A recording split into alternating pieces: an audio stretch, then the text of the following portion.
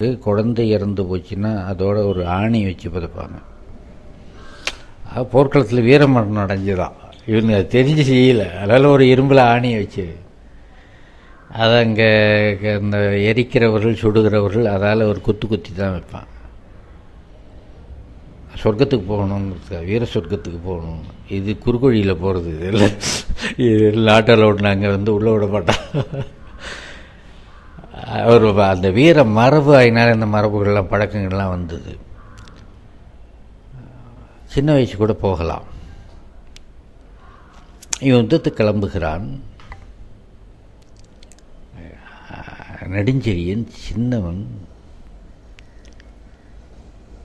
யுத்தத்துக்கு கிளம்புறதுக்கு போகும்போது காலில் பார்த்தாங்களாம் கொலுசு மாட்டியிருக்கு. குழந்தைக்கு மாட்டி, 5 வயசு குழந்தை கொலுசு மாட்டியிருக்கு.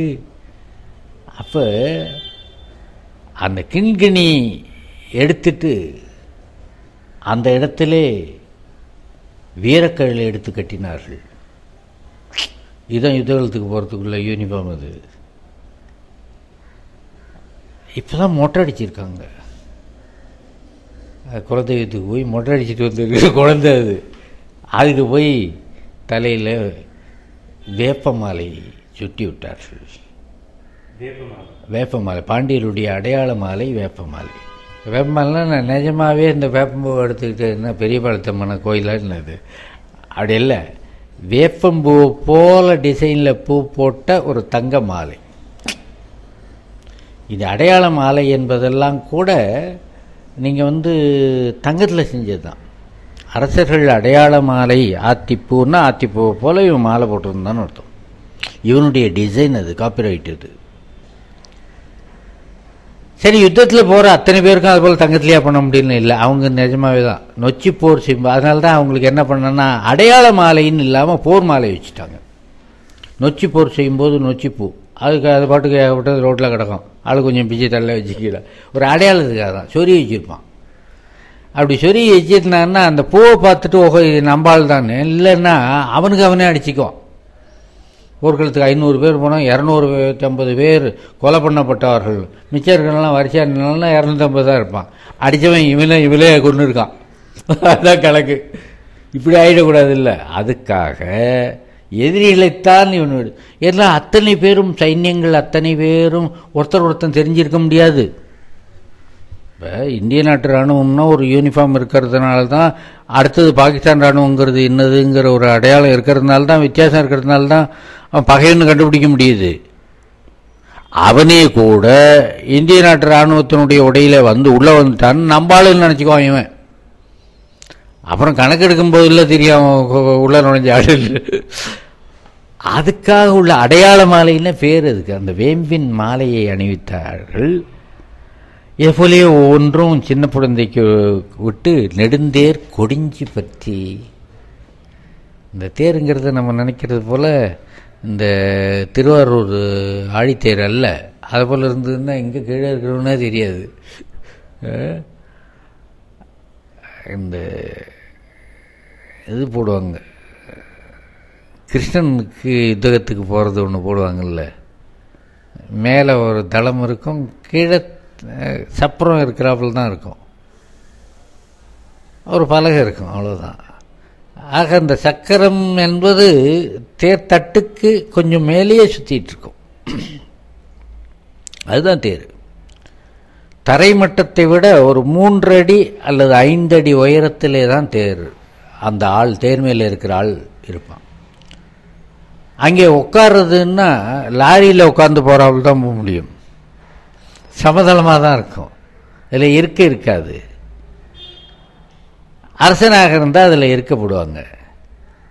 இல்லைன்னு யுத்தகலத்துக்கு போகும்போது இருக்கையை கட்டிட்டு அங்கே கொடிஞ்சின்னு ஒன்று நடுவாங்க. இந்த கொடிஞ்சி என்பது மேலே தாமரை மொட்டு போல இருக்கும். அது புடி, ஒரு கட்டை, அவ்வளோதான். முளைக்குச்சியாட்டம் ஒரு கட்டை. அந்த கட்டை அது குலுங்கும் போது பிடிச்சிக்கிறதுக்கு தான். இவனை என்ன பண்ணாங்கன்னா சின்ன பையில ஏற்றி அந்த தேரில் உட்கார வச்சாங்க. பிடிச்சிக்க பிடிச்சிக்கிட்டான். நெடுந்தேர் கொடிஞ்சி பற்றி நிற்கிறான். யுத்தகலத்துக்கு போய்கொண்டிருக்கிறான். நெடுந்தேர் கொடிஞ்சி பொலிய நின்றோன் யார்கள் ஆச்சரியமாக இருக்க, இத்தனுடைய சின்ன பையன் யுத்தகணத்துக்கு போகிறானே, யார்? வாழ்க அவன் கண்ணி, அவன் ஜெயிக்கணும்.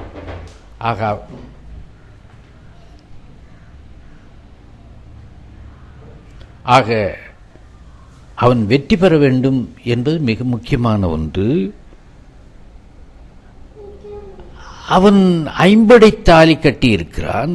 ஐம்படைத்தாலின்னா அந்த அரைஞான் கயிறுன்னு சொல்கிறோம்ல, அந்த அரைஞான் கயிறில் 5 பொருள்கள் இருக்கும். அதுக்கு பேர் ஐம்படைத்தாலின்னு பேர். இடுப்பில் கட்டிக்கிறது. அது ஒரு சின்ன வயசு வரைக்கும் தான் கட்டிக்க முடியாது. ரொம்ப பெரியவங்களாம் வெறும் கயிறு தான் கட்டிக்கணும். அந்த அரைஞான் கயிற்றை இன்னும் கலையை நிற்கவே இல்லை. சரி, காலையில் யுத்தகாலத்துக்கு கிளம்புறானா, நல்லா பழையது ஒரு மூக்கு பொடிக்க பிடிச்சானோ, இல்லை பழைய சாப்பிட்டானோ தூக்கம் வரும். சரி, வேறு ஏதாவது சாப்பாடு சாப்பிட்டானோ, அம்மா கிட்ட பால் குடிச்சிட்டு வந்தால் அடுத்தவங்கிட்ட சொல்லாத இந்த ரகசியத்தை தேடலாம். அவ்வளோ சின்ன குழந்தை பாவம். பால் விட்டு ஐனி இன்று ஐந்தனே. உடனே என்ன சொன்னாங்க, யுத்த காலத்துக்கு போகிறவன் இப்படிலாம் பால் குடிச்சிட்டு போல இப்படிலாம் சரிவிட்டு வராது, சாப்பாடுன்னு ஒன்று உண்டு, அதை கொஞ்சம் சாப்பிட்டு தான் போடுண்டார். சரி போடுங்கன்னா அது கொஞ்சம் சாப்பிட்டான். இவ்வளவு சின்ன வயின் உடன்று மேல் வந்த வம்ப மல்லலை வியந்தென்றும் இழிந்தென்றும் இல்லைன்னே. இந்த வரி ரொம்ப ரொம்ப ருசியான வரி. சின்ன பையன் யுத்தகலத்தில் போனான்னா, ஏப்பா எவ்வளோ பேர் நிற்கிறாங்க எதிரியா, ஆச்சரியப்படுவான். பயப்பட மாட்டான். ஏன்னா எதுக்குன்னு தெரியாது அவனுக்கு. பயப்படல. பயம் என்பது வம்சத்திலையும் கிடையாதுன்னு வச்சுங்க.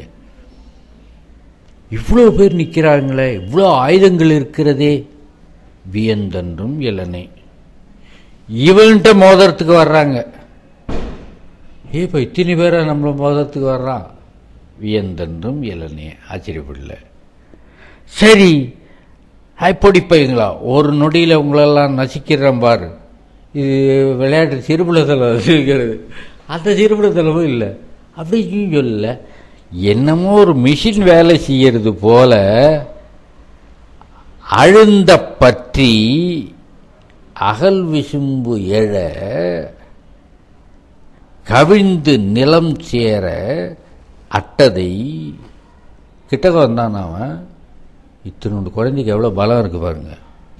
அப்படி தலையை பிடிச்சான், அப்படி ஒரு அமுக்குனா மூங்கி மண்ணில் விழுந்தது. ஒரு குத்துனான். ஆள் எங்கே போனான்டான். அப்படியே படுத்துட்டான் அவன் நிம்மதியாக.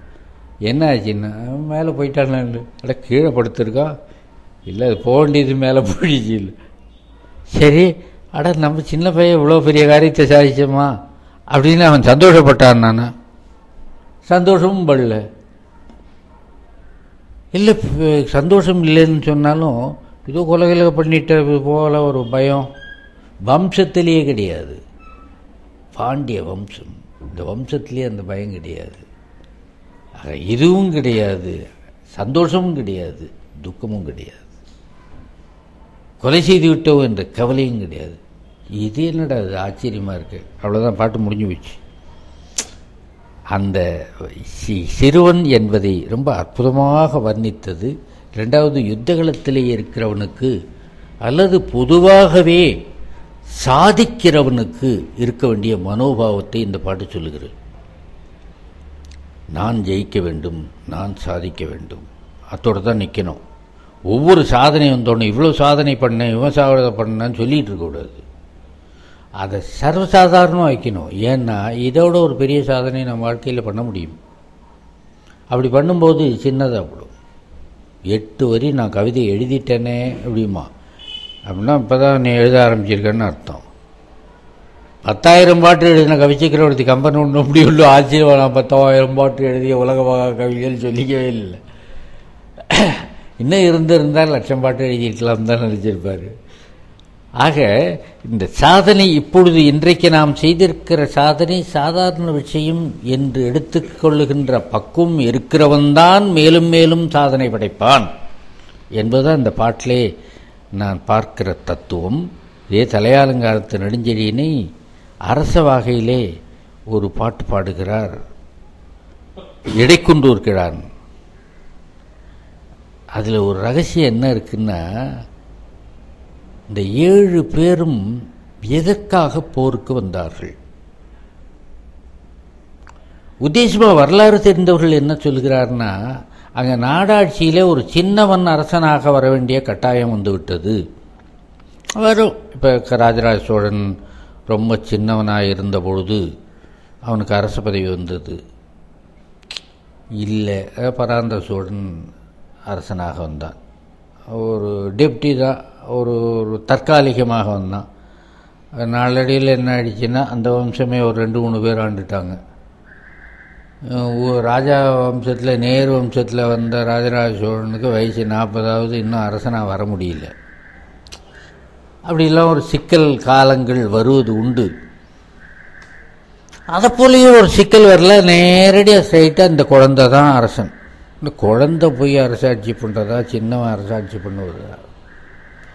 இந்த நேரம் போனால் அவனுக்கெல்லாம் ஒன்றும் தெரியாது. அரசன் சொல்லித்தான் எதுவும் செய்யணுங்கிறது பாண்டிய நாட்டினுடைய சட்டம். எந்த ஒரு அரசாட்சியிலும் அதுதான் சட்டம். அவனுக்கு ஒன்றும் சரியாகவும் சொல்ல தெரியாது, சின்ன பையன். இந்த நேரத்தில் போய், அதாவது தூங்கினவங்க தொடையில் திரிச்சது கயிறுன்னு ஒரு பழமொழி சொல்லுவாங்க. இந்த கயிறு திரிக்கணும், தொடையில் வச்சு தான் திரிக்கணும். நம்ம தொடையில் வச்சா அதில் இருக்கிற சின்ன சின்ன ரோகங்கள் அப்பப்போ சிக்கிட்டு வலிக்கும் வேறு, பிச்சிக்கும் வேறு, இதெல்லாம் கஷ்டங்கள் இருக்குது. எவ்வளோ தூங்கிட்டு அவன் தொடையில் வச்சு திரிச்சாக்குறாங்களே, அதுபோல் தூங்கினவங்க கையில் இது திரிச்சது கயிறுட்டு. இதுதான் நேரம். ஒன்றும் நாடாட்சி சரியாக இல்லாத நேரம். இப்போ போய் நம்ம போர் செஞ்சோம்னா ஜெயிச்சிடலாம். ஆனால் 7 பேர் வேணுமாண்ணா? ஆமாம் ஆமாம், என்னதான் இருந்தாலும் பாண்டி நாட்டு வீரர்கள். ராஜா வேணா சின்னவனாக இருக்கலாம், வீரர் பாண்டி நாட்டு வீரர்கள் தானே. அவன்கிட்ட தான் நம்ம போகிறேன் பள்ளி. எவ்வளோ எதுக்கு 7 பேர் போகணும்னு?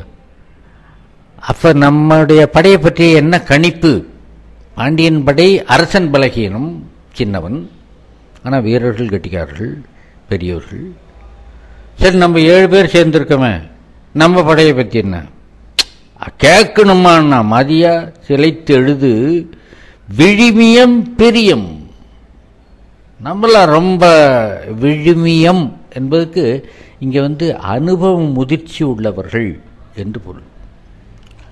விழுமம் என்பது சிறப்பு.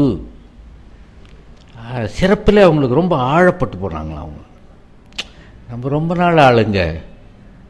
பெரியம் அவங்கள காட்டில் நம்ம தான். இப்போ 7 பேர் இருக்கோம்ல, நம்ம படை தான். அது கூட்டணி, பெரிய கூட்டணிங்கிறான்.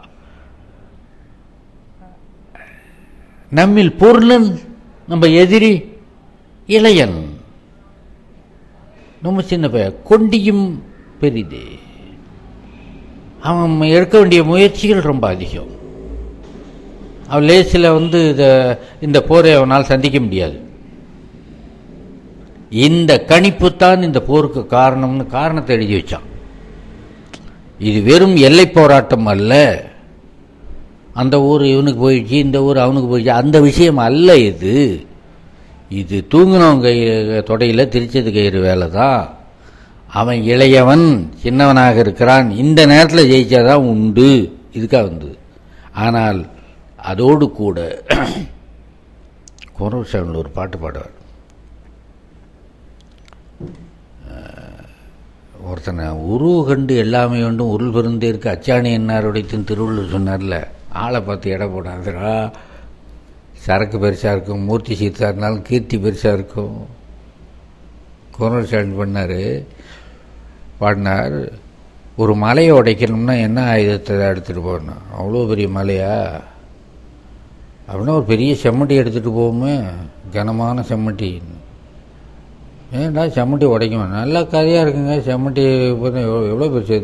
5 கிலோ எடை ஒரு உருண்டையான்னு. அது உடைக்காமல பெரிய மலைன்னு சொல்லிட்டீங்களான்னு. அறுவட்டை உண்டமே. செம்மட்டி எல்லாம் எடுத்துகிட்டு போகக்கூடாது. அதுக்கு சின்ன உளி தான் எடுத்துகிட்டு போகணும். சிற்றுளி கல்லும் தகரும் தகரா கனங்குடை கொள்ளுடை கூடத்தினால். பெரிய உலைக்கூடத்தில் அந்த இரும்பு உடைக்கிறதுக்கு ஒரு பெரிய செம்மட்டி வச்சுருக்காங்கல்ல, அதை எடுத்துகிட்டு போய் பிரயோஜனம் இல்லை. அது கனம் அதிகமானது. சின்ன ஒளி ஒன்று வேணும். இருந்தால் கொஞ்சம் கொஞ்சமாக மலையே உடைச்சி எடுத்துடலாம். அப்போல சில பேர் சின்னவங்களாக இருக்காங்கன்னு நம்ம தூக்கி எறிஞ்சிடக்கூடாது. அந்த தத்துவம் இந்த பாட்டில் வருது.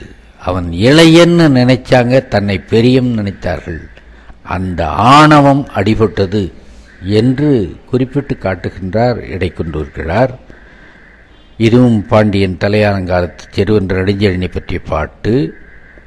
அடுத்தது இது யுத்தகலம் முடிந்து நல்ல வெற்றியெல்லாம் கிடைத்த பிறகு அரச வகையாக பாடினது.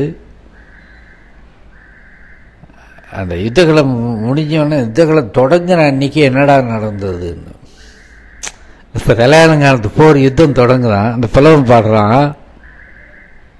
நிறைய பேர் எதிரி பக்கத்துலேருந்து வர்றாங்க. நம்ம கணிப்பு நிறைய கூட்டம் அந்த பக்கத்துலேருந்து வருது, இந்த கூட்டத்திலேருந்து கூட்டமும் குறைச்ச தலைவனும் சின்னவன்.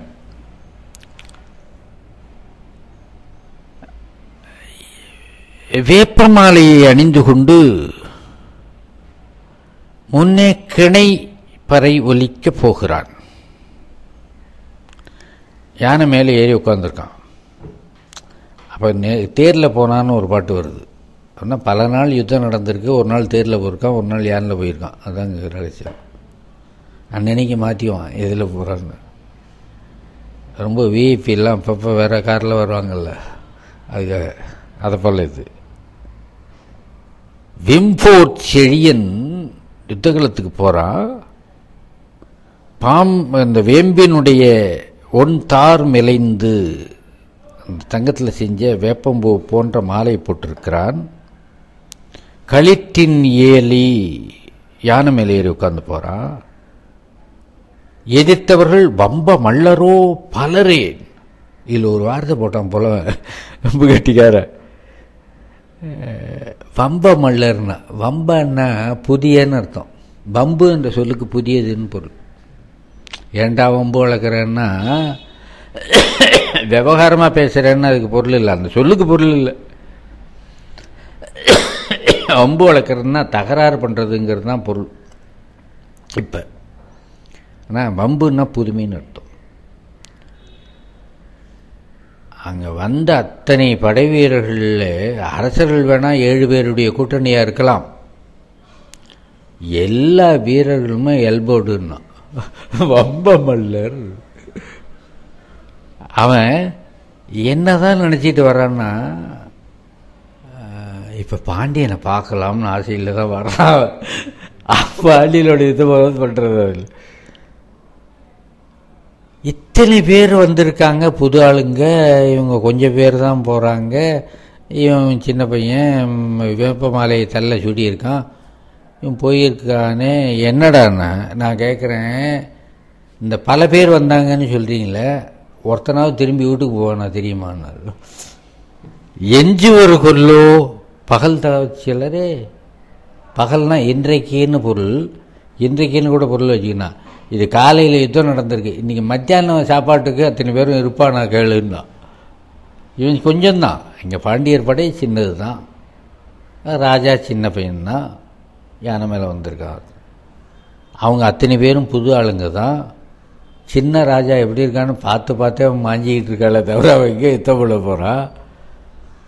இன்றைக்கி மத்தியான சாப்பாட்டுக்கு யாரும் இருக்க மாட்டாங்க. பகல் தவ சிலரே எஞ்சுவர்களோ என்று ரொம்ப அற்புதமான வர்ணனை இது. கல்லாடர் என்பது ஒரு பெரிய புலவர். கல்லாடம் என்ற நூல் எழுதினார்கள். ஆனால் சங்க இலக்கியத்தில் சொல்கிற கல்லாடர் வேறு, அந்த கல்லாடம் எழுதுந்து வேறேன்னு சொல்லுவார்கள். தர்க்க சாஸ்திரத்தில் வல்லவர்னு. என்னுடைய கருத்துப்படி சங்க காலத்து இலக்கியத்தில் அந்த கல்லாடம் என்ற நூலையும் தான் சேர்க்க வேண்டும்.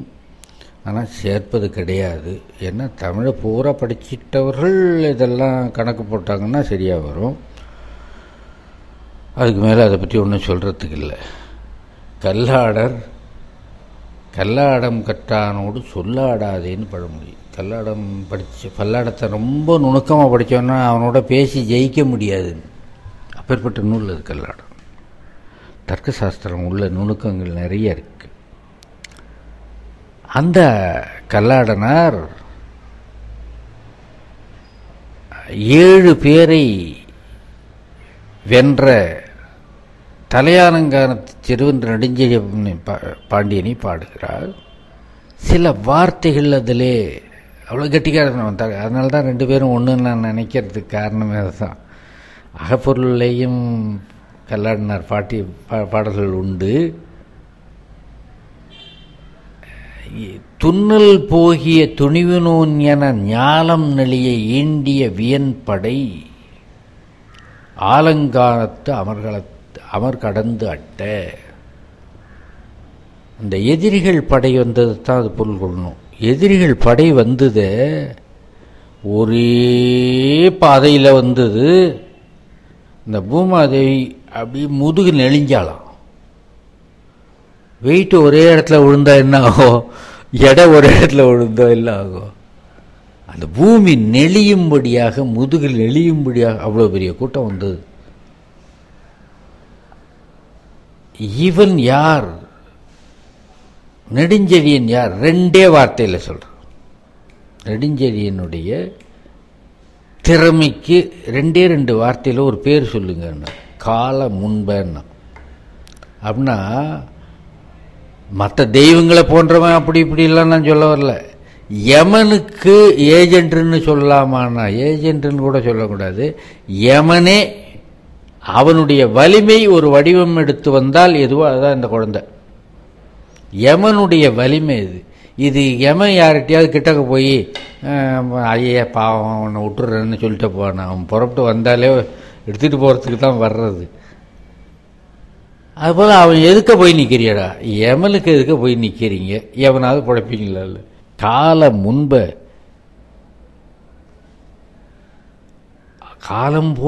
காலன் போன்ற யமன் போன்ற வலிமையை கொண்டவனே நின் கண்டனன் வருவல். சரி, இன்னையோட சரியா இந்த போர் எல்லாரையும் எடுத்துகிட்டு போயிடுவான். பாண்டிய நெடுஞ்செழியன் வென்றதாக அறிவிக்கப்படுவான். இன்னைக்கு மட்டுமல்ல, இன்னும் என்ன பல செய்குவன். இதோட வச்சுக்காதீங்க. இப்போ இந்த வயசுலேயே இந்த வேலை பண்ணுறான்னா இனி வயது ஏற ஏற ஏற என்னென்ன பண்ணுவானோ. ஜாகிரதையாக இருந்துக்க. நெடுஞ்செழியன் பேர் சொன்னோன்னு கும்பிட்டுருங்க, அதுதான் மரியாதை. இல்லை, அதுதான் பொருள் இந்த பாட்டுக்கு. இந்த பொன்னாட்டில் அரச வகையில் இன்னொரு பாட்டு இருக்கிறது. பூரா சொல்கிறது வேணும்னு அவசியம் இல்லை. அதில் ஒரு செய்தி இருக்குது. பகைவருடைய பெண்கள் எல்லாம் பாண்டியன் நெடுஞ்செழியினாலே தோற்கடிக்கப்பட்ட பகை மன்னர்கள், பகை வீரர்கள், அவருடைய மகளிரை பற்றிய பாட்டு அது. அதில் கூந்தல் கொய்தல் என்ற ஒரு செய்தி வருகிறது. கூந்தல் கொய்தல்னு சொன்னால் யுத்த காலத்திலே இறந்து போன, வீர சொர்க்கத்துக்கு போன வீரருடைய மனைவிமார்கள் தலை மயிரை அறுத்து கொள்வார்கள் என்று வருகிறது. அதாவது மொட்டையடித்துக் கொள்ளுதல் என்று கூட அது சொல்ல முடியாது. கூந்தலை சின்னதாக, அதாவது கிராப் அளவுக்கு வச்சுட்டு வெட்டிடுவாங்க. அப்படி பொருட்கொள்ளலாம். கூந்தல் கொய்தல்ங்கிறான். கொய்தல்னா வெட்டுதல். ஆனால் கொய்தல் என்பதுக்கு மழித்தல்னு வார்த்தை கிடையாதுங்க. ஆனால் மழித்தல் என்பதுக்கு தான் மொட்டை என்பதுக்கு பழைய காலத்தில் இருந்தது. மழித்தலும் நீட்டலும் வேண்டாம், உலகம் பழித்தது ஒழித்து விடின் திருக்குறளில் வருது. இந்த நீளமான கூந்தலை வெட்டி விட்டாள். அது விதவி என்பதற்கான அடையாளம். கூந்தல் இடுப்பு வரைக்கும் வரணும். இடுப்புக்கு கீழே தாண்டி வந்தால் தரித்திரம் என்று சாமுத்திரிகா லட்சணத்தில் வருகிறது. அதுவும் கீழேயும் போகக்கூடாது. போனால் சாமுத்திரிகா லட்சணம். கணவன் இருக்கிற வரைக்கும் கூந்தலில் கத்தரி படக்கூடாது. இல்லை, இன்றைய காலத்தில் சொன்னோம்னா ரொம்ப கணவன் இல்லைன்னு அர்த்தம் ஆகிடும். இரும்பு படக்கூடாது கூந்தலில். ஆண் தலையிலேயும் இரும்பு விடுவதற்கு குறிப்பிட்ட நாள் உண்டு. இந்த நாளில் தான் தலைமையை மழித்து கொள்ள வேண்டும். கூந்தல் கொய்தல். ஆனால் பார்ப்பனர்களுக்கு விதவை மகளிர் கூந்தலை முழுசாக எடுத்துடுறதுன்னு உண்டு. மழித்தல் என்பது உண்டு. அது ரொம்ப பழைய காலத்தில் இருந்ததான்னு தெரியல, பின்னே உண்டு. ஆனால் கூந்தல் கொய்தல் என்பது மறவர் குலத்து பெண்களுக்கும் உண்டு என்பதை பதிவு செய்திருக்கிறார் கல்லாடர். அதுக்கடுத்து இன்னொரு பாட்டு புறநானூற்றில் இதே கல்லாடர் இதே தலையாலங்கானத்து செருவை மட்டும் ஏன் இந்த பாடல்களை சொல்கிறேன்னா, யுத்த காலத்தினுடைய எல்லா செய்தியும் வரணுங்கிறதுக்காக ஒரு சம்பிரதாயமாக யுத்தம் முடிந்தவுடனே அந்த களம் என்ன ஆகும் என்று தெரியணும். தண்ணீர் என்ன ஆகும் தெரியணும். யுத்தம் முடிந்த உடனே கவி சம்பிரதாயமாக ஒரு செய்தி உண்டு. கவி சம்பிரதாயம் என்பது புலவரால் நாட்டப்பெற்ற வழக்கு என்று சொல்வார்கள். புலவர்களாக சில விஷயத்துக்கு இப்படித்தான் சொல்லணும்னு ஒரு முடிவு பண்ணி வச்சிருக்காங்க. அப்படி இருந்தால் தான் ருசியாக இருக்குங்கிறதுக்காக. பேய்கள் யுத்தகலத்துக்கு வரும். செத்துப்போன புணங்கள்லாம் அந்த படங்களினுடைய அந்த பல்லெல்லாம் எடுத்து யானை தந்தத்தை உலக்கையாக வைத்து யானை மத்தகத்திலே இரத்தத்தை கொட்டி அப்படி குத்தி கிளறி சோறு ஆக்கி அதை விருந்தாக வைத்து சாப்பிடும் என்பதாக ஒரு கவி சம்பிரதாயம் உண்டு. அந்த கவி சம்பிரதாயப்படியாக ஒரு பாடல் மரக்களவழி என்ற துறை அமைந்த பாடலாக இந்த தலையாலங்கானத்து போர் முடிந்தவுடனே பேய்கள் அந்த யுத்தகலத்திலே பேய்ச்சோறு நினச்சோறு சமைத்தது என்பதாக பாட்டு வருகிறது. அடுத்தது இதே தலையாலங்கானத்து செருவன் நெடுஞ்செழியனை எல்லாமே போர் தான் வரும். தலையாலங்கானத்து நெடுஞ்செழியனை பற்றிய பகுதியில் வரும்போது போர் தான் வரும். குறுங்கோழியூர் கிழார் என்ற ஒரு புலவர் பாடல்.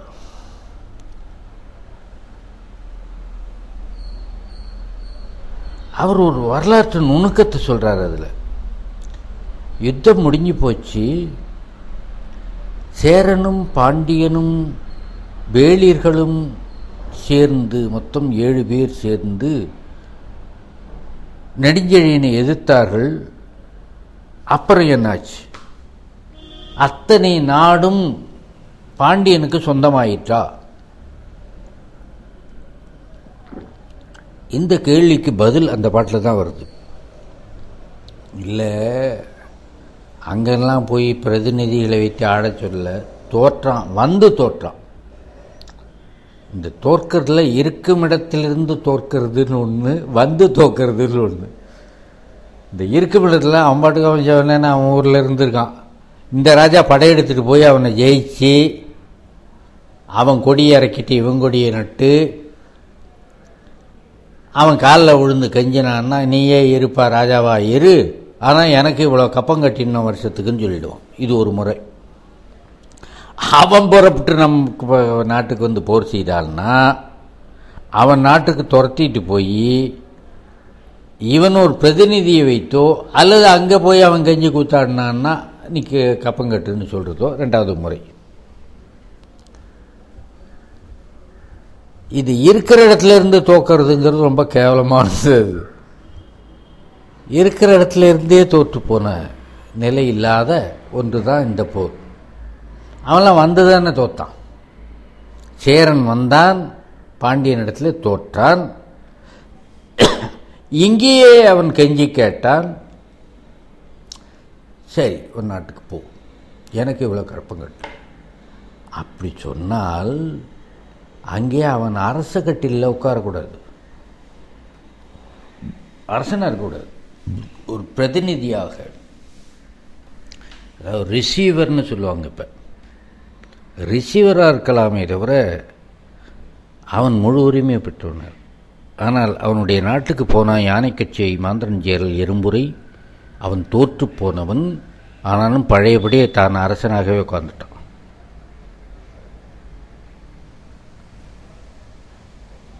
திரும்ப ஒரு சண்டை நடந்தது, தொலைச்சிட்டான். ரெண்டாவது குட்டு தேவையா? இது தேவையில்லாத குட்டு. இனி யாரும் உனக்கு துணைக்கு வரமாட்டாங்க. ஆனால் ஒரு தடவை பட்டது பத்தாதான்னு அப்போ பாடுகிறார் குறுங்கோழியூர் கிழார். அப்பா, உண்டாகிய உயர்மண்ணும் சென்றுபட்ட வியன் கலனும் பெறக்கூடும் இவன் நெஞ்சுரப் பெரிய அநியாயம் பண்றியப்பா, அடிபட்டு சாவறதுக்கு நேர போ, மதுரைக்கு போ, அவன் காலில் விழு, ஒரு 10-15 நாள் அரண்மனையிலே உட்காந்துரு, அவன் எங்கே திசை திரும்பினாலும் அந்த இடத்துல ஒரு இழிப்பு இழிச்சிட்டு நெல், அவன் பாவம்னு இறக்கப்படுற அளவுக்கு நடந்துக்க. இல்லை கதவை சாத்திட்டு அழு தொழு ஏதாவது செய். அவன் மனசில் நீ போனா போகுதுன்னு படுற வரைக்கும் செய். பட்டா உண்டாகிய உயர்மண்ணும், இந்த சேரநாடு உயர்மண் என்ன மலைகள் அதிகமாக இருக்கு, அதனால தான் உயர்மண்ணுங்கிறார். போய் செல்வத்தை இழந்து வந்தியே, இருக்கிற இடத்துல இருந்துங்கிறது வேற, எடுத்துக்கிட்டு போயில்ல உன் செல்வத்தை இழந்துட்டு வந்த. என் நாட்டு பொருள்லாம் உங்கள்கிட்ட இருக்குது, நீங்கள் எடுத்துகிட்டு போனீங்க, கொஞ்சமாவது கொடுத்தா தேவலால் கஞ்சிக்க மனசு வச்சா கிடைக்கும். அதை விட்டுட்டு இது அதிக பிரசித்தனமெல்லாம் பண்ணிவிட்டு அடிபட்டு சேவரியடாப்பாவின்னு பாடுவது போல் அந்த பாட்டு அமைந்தது. புலவர்களிலேயே பெரும்புலவராக தமிழ் இலக்கியங்களிலே முதல் புலவர் என்று அடையாளம் காட்டப்படுகின்றவர் நக்கீரர். அதான் மாங்குடி மருதன் தலைவனாக, மாங்குடி மருதன் பெரிய புலவன் தான். நக்கீருடைய திருமாறு ஆற்றுப்படை தான் சங்க இலக்கியத்தினுடைய முதல் புத்தகம். ஏன்னா 10 பாட்டு அது தான் 8க்கு தொகை. 10 பாட்டில் முதல் பாட்டு நக்கீரர் தானே.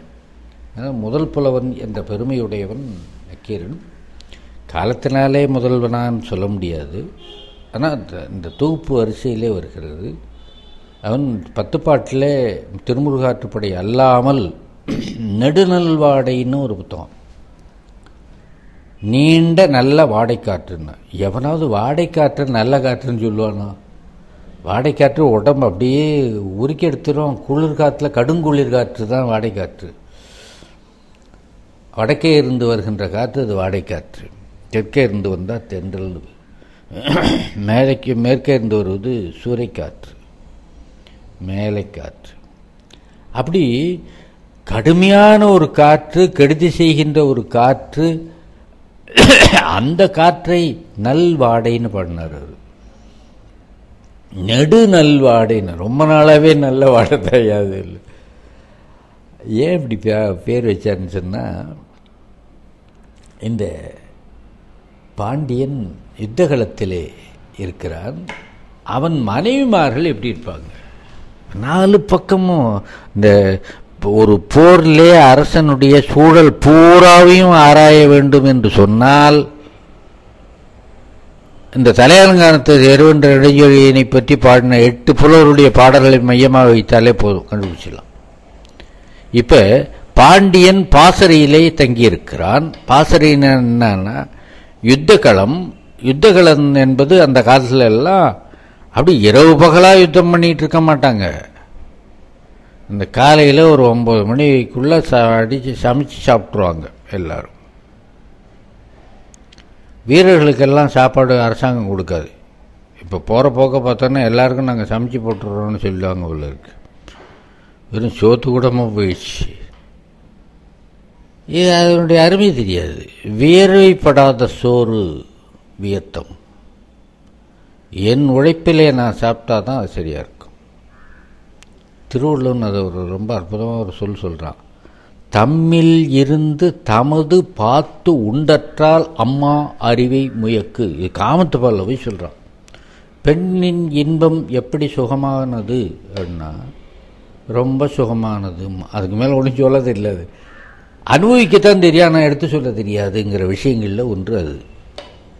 நான் சொல்கிறேன்டா ஓமே நான் திருவள்ளுவர்.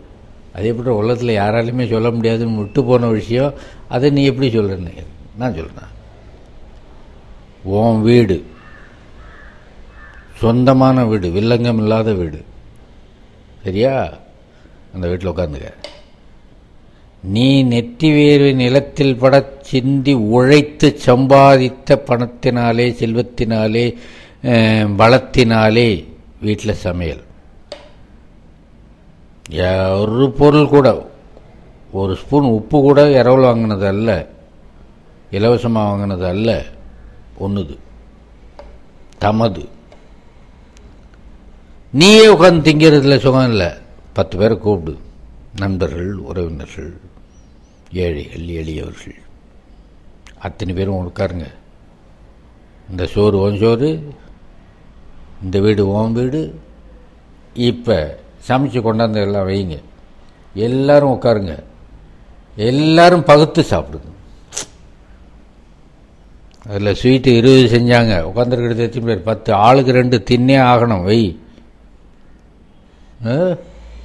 100 அப்பளம் சுட்டாங்க. ஆளுக்கு வந்து இந்த 10 பேரா 5 அப்பளம் 5 50 தான் ஆகுது. 10 அப்பளம் தின்னு தான் ஆகணும். பத்துக்காரு பார்த்துன்னாரு. பார்த்துன்னா பகுத்துன்னு அர்த்தம். இப்போ ஒரு சந்தோஷம் உனக்கு வரும், நல்லா யோசிப்பார். இந்த சந்தோஷம்தான் ஒரு பெண்ணினால் அடைகின்ற சந்தோஷம். இந்த ஒரு ரொம்ப அற்புதமான ஒரு கருத்தை சொன்னார். இந்த வீட்டில் இல்லிருத்தல், இந்த பெண் அரசனுடைய மனைவி வீட்டில் இருக்கிறாள், அரசன் பாசறையில் இருக்கிறான். பாசறையிலே இதுக்காக சொல்ல வந்த அந்த கது, அவன் சாப்பாடு தான் அவன் சாப்பிட்றான். எல்லாருக்கும் அங்கே பொது விருந்தெல்லாம் கிடையாது. அது என்னைக்குன்னு சொன்னால் பெருஞ்சோற்று நிலைன்னு பேர். யுத்தம் ஜெயித்த உடனே அதே யுத்த காலத்தில் உட்காந்து பெரிய சமையல் சமைச்சு எல்லோரும் சாப்பிடுவாங்க. அப்படி சாப்பிடும்போது ராஜாவும் வீரர்களோடு உட்கார்ந்து சாப்பிடுவான். அரசன் அரசியோடு சாப்பிடுவான், அரசி பக்கத்தில் உட்காந்து சாப்பிடுவாப்புல இல்லை. நம்ம இலக்கியங்கள் ஆதாரம் இல்லை. இவளுக்கு சாப்பாடு போட்டப்புறம் தான் அரசி சாப்பிடுவாள்னு தான் வருது. புலவர்களோடு உட்கார்ந்து சாப்பிட்ருக்கான். புலவர்களுக்கு இவன் பரிமாறி இருக்கான். 10 பாட்டில் நிறைய வருது, புறநாட்டிலையும் வருது. புலவர்களுக்கு இவன் சாப்பாடு போட்டிருக்கான். ஆனால் வீரர்களோடு உட்கார்ந்து சாப்பிட்டதுக்கு பெருஞ்சோற்று நிலை. யுத்தம் முடிஞ்சு வெற்றி பெற்றார்னா நன்றி கடனாக வீரர்களோடு சமமாக உட்காந்து சாப்பிடும். அதனால தான் வீரர்கள் உயிரை கொடுக்குறான். அவ்வளோ பெரிய ராஜா நம்மளோட உட்காந்து சாப்பிட்டாரு, அதில் பெருமை. அது வரைக்கும் பாசறையிலே காலையில் யுத்தம், இந்த வீரர்கள்லாம் சாப்பிட்டுட்டு யுத்தத்துக்கு போவார்கள். ஒரு இருட்டுவதற்குள்ளே, ஏன்னா இருட்டுவது 6 மணிக்குன்னு அப்படிலாம் கணக்கு சொல்ல முடியாது. ஏன்னா ஒவ்வொரு காலத்துலேயும் ஒரு மாதிரி. முன்பனி காலம்னு சொன்னால் ஒரு 5 மணிக்கெல்லாம் இருட்டிடும். விடியல் என்பது கொஞ்சம் அதிகமாகவே தள்ளி போகும். எப்போ சூரியனை வச்சு தான் அவங்களுக்கு, சூரியன் நன்றாக பிரகாசித்து உதிக்கிற நேரத்தில் யுத்தம் தொடங்குவார்கள். அது தாழத் தொடங்கிய நேரத்தில் யுத்தத்தை முடிச்சிடுவாங்க. அதுக்கப்புறம் எதுக்க கூடாரத்துலேயே அவனும் இவனும் இருப்பான், ஒன்றும் அடிச்சிக்க மாட்டான். திருட்டு வேலைலாம் கிடையாது, ராத்திரி வந்து கொண்டு போடுறதுங்கிறதுலாம் கிடையாது, பயம் இல்லாமல் இருக்கலாம். அதனால தான் பாசறையில் விரலியர்கள் வரலாம்னு ராத்திரி ரெக்ரியேஷனுக்காக நாட்டிய மகளிரை விட்டு நாட்டியம் ஆட சொல்லுவாங்களாம். இவன் பொழுது போக்கிக்குவா. சரி, இவருக்கு பொழுது போயிடுது போல் நாட்டிய மகளிருக்கு. மற்ற வீரர்கள்லாம் ராஜாவுக்காக நாட்டியம் ஆடினாலும் இவங்களும் பார்க்காமலாம் இருப்பாங்க. கொஞ்சம் வெளியிலேயே ஆடுன்னு சொல்லி இவங்களும் வேடிக்கை பார்க்கத்தான் செய்வாங்க. அவங்களுக்கு பொழுது போகுது. இந்த அம்மா வீட்டில் இருக்கு, அதுக்கு என்ன கதின்னா, பாசறையிலே தலைமகன் புலம்ப மாட்டான், ஆனால் வீட்டில் இருக்கிற தலைவி புலம்புகிறாள். அவள் வருத்தப்படுகிறாள். என்னைக்கு வருவாரோ, என்னைக்கு எத்த முடியுமோ, அந்த கவலையில் அவள் இருக்கிறாள். இப்போ வாடைக்காற்று துன்புறுத்துகிறது. 2 பக்கத்திலேயும் தலைப்பை பொருத்தி பார்க்கணும். பாண்டியனை பொறுத்தளவுக்கு நீண்ட வாடை, ரொம்ப நாள் யுத்தம் பண்ணுறாப்புல அவனுக்கு படுது, ஏன்னா மனைவி பார்க்கல. தலைவர்களை பொறுத்தளவுக்கு, அவனுடைய மனைவியை பொறுத்தளவுக்கு அதுவும் நீண்ட வாடை. அவன் ரொம்ப நாள் ஆச்சே போய் இன்னும் யுத்தம் முடியலையே, அவளுக்கும் அப்படி படுது. ஆனால் பாசறையிலே இருக்கிற தலைவனை நினைக்கிறாள். ஆரோக்கியமாக இருப்பார். இத்தனை நேரம் ஒன்றும் சண்டையெல்லாம் இருக்காது. இப்போ ஓய்வு எடுத்து கொண்டு இருப்பார். இப்போ சாப்பிட்டுட்டு இருப்பார். ஒரு நல்ல சிந்தனைகள், அவனை பற்றிய சிந்தனைகள் இவளுக்கு இருக்கிறது. அதனால் நல்ல வாடைன்னார். கணவன் நினைவாக இருப்பதனாலே அது நல்ல வாடை. அதிலே பாட்டுடை தலைவனாகவே தலையான்காலத்து திருவென்ற நெடுஞ்செழியன் வருவதனாலே ஒரு பாட்டே 10 பாட்டில் இவனை பற்றிய பாட்டு என்று பெருமைப்படலாம். அதை பொதும்பில் கிழார்னு ஒருத்தர், அவர் செழியன் பாசறை எப்படி இருந்தது, ராத்திரி நேரம் இந்த பாசறை எப்படி இருந்தது, ஒரு அற்புதமான ஓமை சொல்றாரு. மின்னல் ஒளி, அந்த மின்னல் ஒளிக்கு வாளினுடைய ஒளியை ஓமை சொல்வது பழக்கம். செழியன் பாசறை உரைகிழி வாளின் மின்னி. புதுசா ஒரு ஓமை சொல்றா. இந்த உரையில் இருக்கிற வரைக்கும் வாள் எவ்வளவு பளபளப்பாக இருக்கிறதுன்னு சொல்ல முடியாது. ஒரு வைரத்தை எடுத்து கருப்பு துணியில் போட்டு முடிச்சிட்டிங்கன்னா நீங்கள் வைரம் வெளிச்சமாக இருக்குன்னு எப்படி தெரியும்? எடுத்தால் தானே தெரியும். அந்த உரையில் அப்படி உருவணும், அப்படி பளிச்சுன்னு மின்னுதில்லை, அப்படி பளிச்சுன்னு மின்னுகின்ற ஒளி உள்ளதாக இருந்தது. அப்படின்னா சுத்தமான வெள்ளை ஒளி அங்கே இருந்ததுன்னா எப்படி சுத்தமான வெள்ளை ஒளி இருக்கும்? விளக்குகள் தீவட்டிகள் தானே கொளுத்தி வச்சிருப்பாங்க, வெளிச்சம் இருக்கும். அது என்ன சுத்த வாழ்கிரி உடைகிழி வாளின் மின்னி அப்படி சொல்லி, உடைகிழி வாழ் வெள்ளையா இருக்கும், வாசம்தான். அந்த எண்ணெய் விளக்கெண்ணெயில் போடப்பட்ட திரியோடு எரிந்தது, அதான் வெள்ளையா இருக்கும் வெளிச்சம். கண்ணுக்கும் நல்லது. விளக்கெண்ணெயை ஊற்றி வாழைத்தண்டு தாமரை தண்டிலே இருந்து நார் எடுத்து அதை போட்டு விளக்கு எரித்து ஒரு அரை மணி நேரம் அந்த விளக்கு வெளிச்சத்தில் படித்து கொண்டிருந்தாலே கண்ணு குளிர்ச்சியாகி உடம்பெல்லாம் குளிர்ச்சி ஆகிடும். கண்ணு சம்பந்தமான பாதி வியாதி தீர்ந்துடும். அதனாலே விளக்குக்கு போட வேண்டிய எண்ணெய் என்பதனாலே அதனை விளக்கு எண்ணெயின்னு பேர் வச்சாங்க. விளக்கு என்ற சொல் ஏன் வந்ததுன்னா இருட்டை விளக்கும், அப்படின்னா விளக்குன்னு தானே பேர் வரணும்னு இல்லை. அங்கே என்னென்ன பொருள் இருக்குன்னு நம்ம கண்ணுக்கு விளக்கும், அதனால தான் அதுக்கு விளக்குன்னு பேர். பகல் நேரத்தில் எரிய விட்டால் அது ஒன்றுத்தையும் விளக்காது, அது இருக்குன்னு விளக்கியோ அவ்வளோதான். இருட்டில் அதை விளக்கி காட்டுவதனாலே அதுக்கு விளக்குன்னு பேர். அந்த விளக்கில் போடுகின்ற எண்ணெய் விளக்கு எண்ணெய், அந்த விளக்கெண்ணெயை தான் போடணும். மற்ற காரியத்துக்கு வேறு வேறு புண்ணிய காரியங்களுக்கு ஆகம ரீதியாக இன்ன எண்ணெய் போட்டு இன்ன திரி போட்டால் இன்ன பலன், இத்தனை முகம் ஏற்றினால் என்ன பலன், இதெல்லாம் ஆகம விஷயங்கள். கண்ணுக்கு நல்லது, அதனால தான் கண் வியாதி இல்லை. அப்படி ஒரு வெளிச்சத்திலே இருட்டை பொழுதுபோக்கியவர்கள்தான் நட்சத்திரத்தை நேராக பார்க்கிற ஆற்றல் உள்ளவர்களாக இருந்தார்கள். திருக்குன்னு சொன்னால் கண்ணுன்னு அர்த்தம். திருக்கணிதம் என்று சொல்வது கண்ணால் பார்த்து கணித்ததுன்னு அர்த்தம். அதான் திருக்கணித பஞ்சாங்கம் அப்படின்னு சொல்கிறோம். அப்போ நட்சத்திரங்களே இருக்கிற இடத்துலேருந்து கண்ணால் பார்த்து கணக்கீடு செய்து வைத்ததானா பல ஆயிரம் ஆண்டுகளுக்கு முன்பு கணித்த கணக்கு இன்றைக்கும் சரியாக வருது. இந்த ஆரியப்பட்டா நெடுங்கால் குட்டாவெல்லாம் போய் ஆராய்ச்சி பண்ணி வர்றதை விட உட்கார்ந்த இடத்துல இருந்தது. ஒரு மின்னல் மின்னியது, அவ்வளவு வெளிச்சம் இருந்தது, வெள்ளையா இருந்தது. அது எப்படி இருந்தது? அந்த வெள்ளை அவன் பாசறையில் இருந்தது போல. பாசறையில் இருந்த வெள்ளை எப்படி இருந்தது? அவன் வாழை உருவுனா ஒரு வெளிச்சம் வருமா, அந்த வெளிச்சம் வந்தது என்று ஒரு நுணுக்கமான கற்பனை, 3 கோர்வையிலே சொன்ன கற்பனை இந்த பாட்டில் வருது. அடுத்தது மாங்குடி மருதன் ரொம்ப முக்கியமான புலவன். என்ன புலவர்களுக்கு தலைவனாக விளங்கியவன். மாங்குடி மருதன் தலைவனாக புலவர் பாடாது ஒழிகை என் நிலவரை பாடுறான் நெடுஞ்செழியன். என் அவைக்களத்து புலவரில் அவன் தலைவன்டாங்க.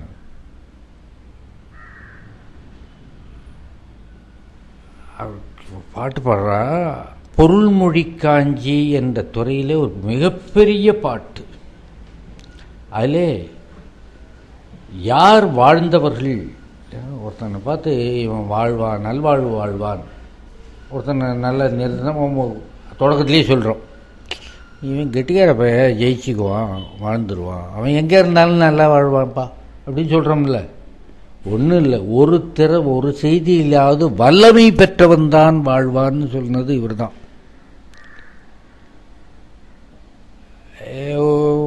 பிறந்தோம், ஏதோ பூரா சொத்து இருக்குது, சாப்பாட்டுக்கு குறைச்சல் இல்லை, சாப்பிட்றோம், இல்லை எல்லா வேலையும் சாப்பிட்டோம். என்ன பண்ண அப்புறம் இல்லை சாப்பிட்டோன்னா தூங்கினோன்னு என்ன பண்ணேன், ஏஞ்சோன்னு என்ன பண்ணேன், பல வேலைக்கு திருப்பி சாப்பிட்டேன். ஏன்டா அவன் டைரி பூராவுக்கும் ஒரே வரி தான், அடுத்த வரி இதை போல் செத்தவன் தான் நாட்டில் அதிகம். பேர் சொல்கிறாப்புல வல்லுநராக இருந்து வாழ்ந்தவர்களாக வாழ வேண்டும். அப்படி வாழ்ந்தவன் தலையாளங்கால் செருவன் நெடுஞ்செழியன் என்ற ஒரு செய்தி 36 பாட்டில் ரொம்ப விமர்சையாக சொல்லுகிறார். அதே புலவர் ஒரு வேடிக்கையான ஒரு பாட்டு பாடுறாரு. பாண்டியா, நெடுஞ்செழியனே, உன்னுடைய திறமை எனக்கு தெரியும். நீ களவேள்வி செய்தவன். இந்த களவேள்வி எனக்கு ரொம்ப முக்கியமான பாட்டு, நிதானமாக பார்க்கணும். இந்த களவேள்வின்னா 2 வேள்வி உண்டு. உழுகள வேள்வி, பொருகள வேள்வி 2 உண்டு. உழுகல வேள்வின்னா தை மாதம் அறுவடை நடக்குது, நெல் அறுவடை பண்ணுகிறார்கள்.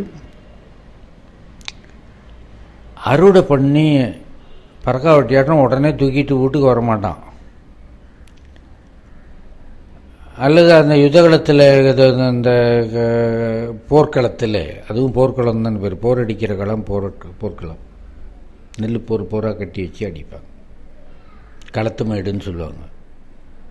களத்து மேட்டில் வச்சுருந்தா திருட்டு போயிடும்னு பயந்துக்கிட்டு அவசர அவசரமாக எடுத்துட்டோம். அப்படிலாம் கிடையாது அந்த காலத்தில். களத்து மேட்டில் ரொம்ப நாள் கிடக்கும். ஏன்னா அது மழை காலம் இல்லை, இனிமேல் மழை வராது, களத்து மேட்டில் கிடக்கும். அது மேலே என்ன பண்ணுவாங்கன்னா, ஏதோ கலைஞ்சிருக்கான்னு பார்க்குறதுக்காக அதில் கொஞ்சம் களிமண்ணோ சாணத்தையோ வைப்பாங்க, வச்சுட்டு முத்திரை குத்திட்டு விடுவாங்க. கொஞ்சம் அப்படி கலைச்சா கூட அந்த இது கலைஞ்சிரும். அது ஒரு அடையாளம், அவ்வளோதான். மூட்டை கட்டி வைக்க மாட்டாங்க. அப்புறம் ஒரு குறிப்பிட்ட நாளிலே அரசர் அதை 6ஆக பிரிப்பாங்க. 6ஆக பிரித்து ஒரு பங்கு தனியாக எடுத்து வச்சிடும். அது அரசனுக்கு. அதான் வரி. எவ்வளோ சுலபமாக இருக்குது பார்த்தீங்களா? அதுக்கு ஒரு பெரிய துறையே வச்சு வரி ஏய்ப்புன்னு, வரி ஏய்ப்புன்னு ஒருத்தர் வரி கொடுப்புன்னு இருக்கணும், அவ்வளோதான். ஏன்னா கொடுக்குறது தானே குறைச்ச. 100க்கு 10 பேர் கொடுத்துட்றான், 90 பேரில் ஏமாத்துறான். அந்த வரி அங்கேயே முடிஞ்சு வச்சது. நீ எடுத்து கட்டிப்போ, ஒன்று எடுத்து வச்சாச்சு, தீர்ந்து போச்சு. அப்புறம்தான் இதுவே வருது. இவன் வருமானமே வீட்டுக்கு வர்றது அப்புறம்தான். அப்போ என்ன பண்ணுவாங்கன்னா, ஒரு பங்கு எடுத்து அங்கே கூத்து நடத்துவாங்க. பொருணர்கள் வருவாங்க. பொருணர்கள்லாம் வேஷம் கட்டி ஆடுறவன், அவன்லாம் வருவான். அவனுக்கெல்லாம் கொடுப்பான். எடுத்துக்க, நீ ஒரு 10 மார்க்காக எடுத்துக்க, பிச்சைக்கார பற்றி நீ ஒரு 100 மூட்டை எடுத்துக்க, என்ன ஆயிரக்கணக்கில் மூட்டை இதுதானே இருக்கும். ஒரு பிடி படியும் சீரிடம் 7 களீர் பிறக்கும் நாடுன்னு. அதான் நம்ம பழைய நாடு. ஒரு பிடி, ஒரு சின்ன பெண் யானை படுக்கிற இடம் அப்படின்னா ஒரு அறையில் இது வரும். ஒரு 15 சதுரடி இடம், சதுரடி தான். ஒரு பெண் யானை படுத்துக்கலாம். அதில் விளையிற விளைச்சல் எவ்வளோ வரும்னா 7 யானைக்கு ஒரு வருஷத்துக்கு சோறுக்காகுமா. ஐயோப்பா, ஒரு கதிரை உருவுனா அரை கலந்த எறும்புல இருக்கு. அவ்வளோ விளைஞ்ச நாடு இது. நூற்றுக்கணக்கான மூட்டை நம்ம பிச்சைக்காரத்தனமாக சிந்திக்க வேண்டாம், நிறையாவே சிந்திப்போம். அந்த பொருணர்கள் வருகிறார்கள், அவங்களுக்கெல்லாம் கொடுக்குறாங்க, எல்லாருக்கும் கொடுக்குறாங்க. இருப்பா, இவ்வளவும் தூக்கிட்டு வீட்டில் இருக்கணும், வீட்டில் இடமே கிடையாது, புதுசாக கட்டணும், இவ்வளோ எடுத்துகிட்டு போய் என்ன பண்ண போகிறோம் நம்ம? இங்கேயே உரலை கொண்டாங்க, உலக்க கொண்டாங்கன்னு சொல்லி போட்டு குத்தி நெல், புது நெல், அதை குத்துறாங்க, அங்கேயே பொங்க வைக்கிறாங்க, அதை சாப்பிட்றோம். அந்த நாள் தான் தைப்பொங்கல். அதை ஒரு குறிப்பிட்ட நாளில் வச்சுக்கிறாங்க, அது பேர் தான் தைப்பொங்கல். அது முடிஞ்சோடனே இந்த புதுசாக வந்த அரிசியை களத்து மேட்டிலேயே பொங்க பண்ணி சாப்பிட்டாங்களே, மறுநாள் விவசாயம் அந்த காலத்தில் முழுக்க மாட்டினால் தான் நடந்தது. அதனால தான் அங்கே வைக்க கொடுக்கணும்ல மாட்டுக்கு, அதையும் ஒரு விழா ஆக்கிட்டாங்க. அதுதான் மறுநாள் மாட்டு பொங்கல். மாட்டு பொங்கல் நடந்ததுக்கு சான்று இல்லைம்மா நம்ம வாழை காட்டோம்னா. இவனுக்கு அப்படியே உரிச்ச வாழப்பட மாட்டோம், அதே வார்த்தை வந்தால் தான் வந்து அவ்வளோதான், வேற ஒன்றும் இல்லை. அப்படி வராது. உழவுல வஞ்சின்னு பேர் இதுக்கு, இது உழுக்கள வேள்வின்னு பேர் இதுக்கு. இவன் ஏன் அதை ஒத்துக்கலைன்னு சொன்னால் வேள்வின்னு வருது, ஒருவேளை ஐயர் வந்து யாகம் பண்ண வரோன்னு பயப்படாது. வேள்வி களவேள்வி என்பதிலே அடங்கும். ஆக பொங்கலை வேற வார்த்தையில் சொன்னா உழுகள வேள்வி திருநாள் அப்படி சொல்லலாம். உழுகள வேள்வி திருநாள். எல்லா வீட்லையும் பொங்கல் வைக்கணும்னு அவசியம் இல்லை. அந்த முறைப்படி பார்த்தோம்னா விவசாயிகள் வீட்டில் பொங்கல் வைக்கணும், மற்றவன் போய் திங்கணும், அவ்வளோதான். வருவானா? நடக்காது. அதுதான் அவங்க வீட்டில் பொங்கல் வச்சுக்கிறதுன்னு வச்சுட்டாங்க. எங்கே விழா தோன்றியதுன்னு உங்களுக்கு தெரியல, சொல்ல தெரியல. அதுதான் அதுக்கு வேற வேற தலைப்பு வச்சு என்னமோ கூத்து பண்ணிட்டு உட்காந்துருக்காங்க.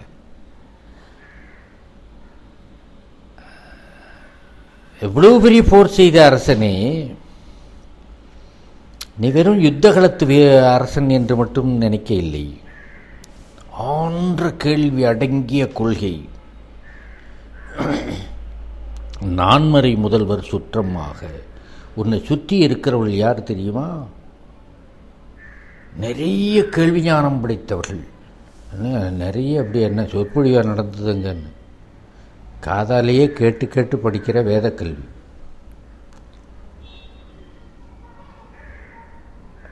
கோட்பாடு எப்படிப்பட்டது, அதான் இங்கே கொள்கை. அவங்க கடைப்பிடி எப்படிப்பட்டது, எப்படி நடந்து கொள்வார்கள், அடங்கிய கொள்கை. இவளை படித்ததுக்கான திமிர் கொஞ்சம் கூட இருக்காது. யார் அவர்கள்? நான்மறை முதல்வர், வேதம் படித்த வேத பண்டிதர்கள் சுற்றமாக. அவங்க தான் உன்னை சுற்றியே இருக்காங்க. அப்போ உன்னிடத்துல என்ன விஷயம் அங்கே நடக்கும்னா வெற்றி தான் வரும். ஏன்? நான்மலை முதல்வர் உன்னை சுற்றி இருக்கிறார்களே, அவங்க என்ன பண்ணுவாங்க? வேள்வி பண்ணுவாங்க. வேள்வி முற்றிய வாய் வாழ் வேந்தே. நிறைய வேள்விகள் நடந்தது. உண்மையாக, சட்டப்படியாக, சரித்திரப்படியாக, சாஸ்திரப்படியாக வேள்வி செய்தால் அதற்குள்ள பலன் உண்டு. நீ ஜெயிக்கணும்னு அவங்க செஞ்சுருப்பாங்க, உனக்கு திறன்கள் வர வேண்டும்னு அவங்க செஞ்சுருப்பாங்க. நடந்துருச்சு. அதனால்தான் வேற்று மன்னர்லாம் கூலிக்கார நாட்டம் உனக்கு வேலை செய்கிறான். மன்னர் ஏவல் செய்ய நின்னோடு மாற்றார் என்னும் பெயர் பெற்று உனக்கு விரோதிகள்னு பேர் வாங்கிட்டாங்களே ஒரு 7 பேர். என்னை பொறுத்தளவுக்கு திறமை இல்லாதவர்கள், போர் செய்ய தெரியாதவர்கள், ஆனாலும் கூட அவர்கள் பாக்கியசாலிகள். ஏன்னா உனக்கு விரோதின்னு பேர் வாங்கிட்டாங்கல்ல. யாருக்குடா நீ விரோதின்னா? இன்னாருக்கு விரோதின்னு அவன் பேரை சொல்லி அது யார்றான்னு கேட்டா 2 பேர் இருந்து இல்லையே. நான் தலையாலங்காரத்தை செருவென்ற நெஞ்செழியனுக்கு நான் விரோதின்னா, ஏப்பா நீ பிடிச்சாலும் பெரிய இடத்துல தான் விரோதம் பிடிச்சிருக்க. என்ன விரோதத்துக்கு கூட அப்படி சொல்கிறது உண்டுன்னா ராவணன் சொன்னான். ஒரு கட்டம் முதல் நாள் வரைக்கும் அவனுக்கு புரியல. நேருக்கு நேர் ராமனை பார்க்குறான். ஆஹா, எப்பேற்பட்ட ஒரு தெய்வீகமான ஆள்கிட்ட நம்ம விரோதப்பட்டிருக்கிறோம். சொல்கிறான், நாசம் வந்துற்ற போதும் நல்லதோர் பகையை பெற்றேன். எனக்கு விரோதம்னு வந்தது கூட ஒரு ஆரோக்கியமான விஷயம்தான்டான்னா. என்ன எப்பேற்பட்ட ஆள், நல்லதோர் பகையை பெற்றேன். ரொம்ப உயர்குணம் செழித்த, அருள் செழித்த ஒரு பெரிய தெய்வீகத்தின் எதிரிலே நான் விரோதினுங்கிற அந்தத்தில் நிற்கிற ராமன் இருக்கிற வரைக்கும் ராவணன் என்ன மறக்க முடியுமா என்ன? என் பேரும் சொல்லித்தானே ஆகணும். இதே போல தான் சூரபத்மனும் சொன்னான் முருகனை பார்த்து யுத்தகலத்தில் வரும்போது. ஐயோ, கலகல எனமிடற்றும் தண்டை கடலடி சிறுவன் வந்தான், விவரம் புரியாமல் சொல்லிட்டேனே, சேவிக்க வேண்டும் தாள்கள். காலில் விழுந்து கும்பிடும் போல் ஆசையாக இருக்கா. ஆனால் விரோதின்னு யுத்தகலத்தில் வந்து நின்றுட்டேன். இப்போ போய் கொஞ்சம் இருங்க, நான் போய் அவரை முருகனை கும்பிட்டு வந்தெல்லாம் இருக்கிறவெல்லாம் சேர்ந்து எல்லாம் அடித்து கொண்டுடுவான். ஏட்டா விரோதிக்கிற, அப்புறம் அவங்க போய் விடுறாங்க. உன்னுடைய மாற்றார்களும் அதே போல் ராமனை விரோதப்படுத்தி கொண்ட ராவணன் போல, முருகனை விரோதப்படுத்தி கொண்ட சூரபத்மனை போல அவர்கள் மாற்றார் என்று பெயர் பெற்றது ரொம்ப சிறப்பு. இப்போதைக்கு அவங்க தோற்று போகிறான், ஆனாலும் கூட அவர்கள் சொர்க்கத்தில் வாழ வேண்டியவர்கள். ஏன்னா ராமனுடைய விரோதியாகி யாரும், ராமனால் கொல்லப்பட்ட யாரும் சொர்க்கத்துக்கு தான் போனாங்க. ஏன்னா அது பாக்கியம், அந்த அம்பினுடைய பாக்கியம். ராமபாணம் பட்டாலே புரிஞ்சப்பட்டுடுது ஆத்மா. அது சொர்க்கம் தான், அங்கே விசாரணையே கிடையாது. செஞ்ச பாவத்துக்காக ராமனுடைய விரோதமாக இருக்கிறது ரொம்ப விசேஷம்தான். வாய்ப்பு கிடைக்கணும், அதுக்காக இழிவாக பேசிடக்கூடாது. மனிதன் என்ற வார்த்தை தான் அங்கே இழிவாக பேசப்பட்டது. இங்கே தேவையில்லை, இவரும் மனிதன் தான், தலையாங்காலத்து செருவுன்ற நெடுஞ்செடி மனுஷன்தான். அதனால உனக்கு வாழும்போதும் தலையானங்கானத்து செருவென்ற நெடுஞ்செழியனுடைய பகைவன் என்ற பெயர் வருது, வீழும்போதும் சொர்க்கம் வருகிறது. அதனால இந்த உலகள வேள்வி போல போர்க்கள வேள்வி செய்தவன் இவன். போர்க்கள வேள்வி என்பது யுத்தகலத்தில் யுத்தம் முடிந்தவுடனே இந்த பெருஞ்சோற்று கொடுக்குறான்ல, அது அன்னைக்கு இல்லை, முன்னாடியே இன்னொரு போர்க்கள வேள்வின்னு ஒன்று பண்ணுவாங்க. யுத்தகலத்தில் ஒரு யாகம் பண்ணுவாங்க. அது என்னன்னு கேட்டால், யானை குதிரை இது போல் உயிரோடு எஞ்சியது இருக்கும், பகைகள் விட்டு போயிடுவாங்க. அதெல்லாம் பிடிச்சி கட்டி வச்சுருப்பான். கட்டி வச்சு இந்த நினைச்சோர் அட்டு பேய்களுக்கு படைத்து விட்டு தெய்வங்களுக்கு படைத்து விட்டு சுத்தம் பண்ணிடுவாங்க. இடத்த சுத்தம் பண்ணிட்டு அப்புறம் ஒரு பக்கத்தில் தான் இன்னொரு இடத்துல போய் தான் விருந்து தயார் பண்ணி வீரர்களுக்கு கொடுக்க. அந்த நாத்தத்தோட நாத்தமாக சோறு கொடுக்கறது இல்லை. அந்த யானை குதிரை முதலியெல்லாம் மிச்சப்பட்டதெல்லாம் அங்கேயே தானம் பண்ணுகிறானே, அந்த ஒரு நிகழ்ச்சியும் சேர்ந்தது தான் போர்க்கள வேள்வி எனப்படும். அடுத்தது மதுரை காஞ்சியிலேயும் பற்றி செய்தி வருகிறது. சித்திரமாடத்து துஞ்சிய நன்மார். அடுத்தது ஒரு புலவனை பற்றிய அரசனை பற்றிய செய்தி. ஏன்னா யுத்தம் என்பது இவனோடு முக்கியமாக முடிஞ்சிடுது. இனிமேல் யுத்தம் என்பது அதிகமாக வராது. சீத்தலை சாத்தனார் பூவியல் நிலை என்ற துறையிலே சித்திரமாடத்து துஞ்சிய நன்மாறன் என்பவனை, இந்த துஞ்சிய சுஞ்சியன்லாம் வர்றது எப்படின்னா செத்து போனேன்னு அர்த்தம். அதுமாதிரி துஞ்சியன்னா தூங்குனேன்னு பொருள் உண்டு. தூங்கி போனவர்கள் துஞ்சினான், தூங்கினான். இந்த சித்திரமாடத்து துஞ்சியன்னா சித்திரமாடம் என்ற ஊரில் செத்து போனவன்னு அர்த்தம் சொல்லக்கூடாது. சித்திரபாடம் என்ற ஊரிலே நடந்த போரில் இறந்து போனவன். போரில் இறந்தாதான் அந்த ஊரை குறிப்பாங்க. வரலாற்று ஆசிரியர்கள் 4 விதமாகவும் சொல்லிக்கிட்டு இருக்காங்க. அந்த ஊரில் இறந்து போனாங்க, சம்பந்தம்லாம் ஒரு ஊரில் போய் செத்து போனால் அதை போய் அவனுக்கு அடைமொழியாக சொல்ல மாட்டாங்க. ஒரு வீரம் செய்து செத்தான், ஆனால் வென்று செத்தான் என்ற நிலையில் இருந்தால்தான் துஞ்சியங்கிறது அடைமொழியாகும். அதிலே அந்த சித்திரமாடத்து துஞ்சிய மன்னன் நன்மாறன் அவன் குணம் சொல்கிறான், தேற்றாய் பெருமனு பொய்யே, பொய்யை நீ தெளிய மாட்டாய், நான் ஆராய்ச்சிக்கே எடுத்துக்க மாட்டேன்னு. ஒருத்தன் பேசுறது, எதிரில் இருக்கிறவன் பேசுறதுல இது பொய்ன்னு உடனடியாக கண்டுபிடிக்கிற திறமை, அடுத்தது அது பரிசீலனைக்கே எடுத்துக்கொள்ளாத திறமை.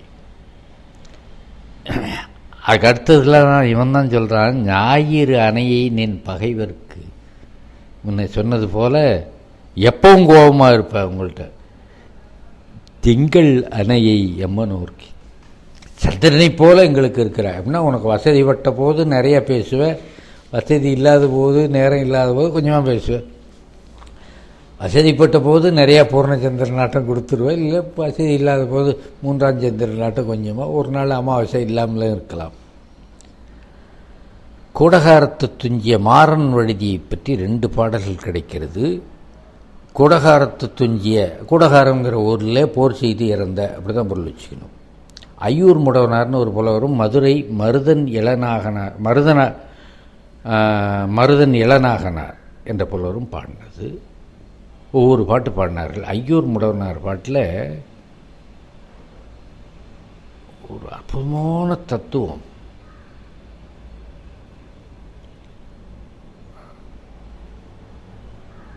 வெள்ளம் பெருக்கெடுத்து போனால், அதாவது நீங்கள் சொன்ன வெள்ள காலம்னு வச்சுங்க, அவங்க அணையெல்லாம் ஒன்றும் தாங்காது. நான் மேட்டூரில் டேம் கட்டியிருக்கேன், முல்லை பெரியாறு டேம் கட்டியிருக்கேன். அடவு தமிழ்நாட்டையே அமுங்கிறாப்புல ஒரு வெள்ளம்னு வச்சுக்கோ. முல்லை பெரியாறு டேமும் மேட்டூர் டேமும் உள்ளதாக இருக்கும். துங்கபத்ரா ப்ராஜெக்டு சரி, தூங்கபத்ரா ப்ராஜெக்டாக இருந்தாலும் சரி, உள்ளதாக இருக்கும். பிரளயமே வந்து நீர் மூழ்கும் போது நீங்கள் அணை போட முடியாது. 2 கோட்பாடு, உலகம் நெருப்பில் அழியப் போகிறதுன்னு.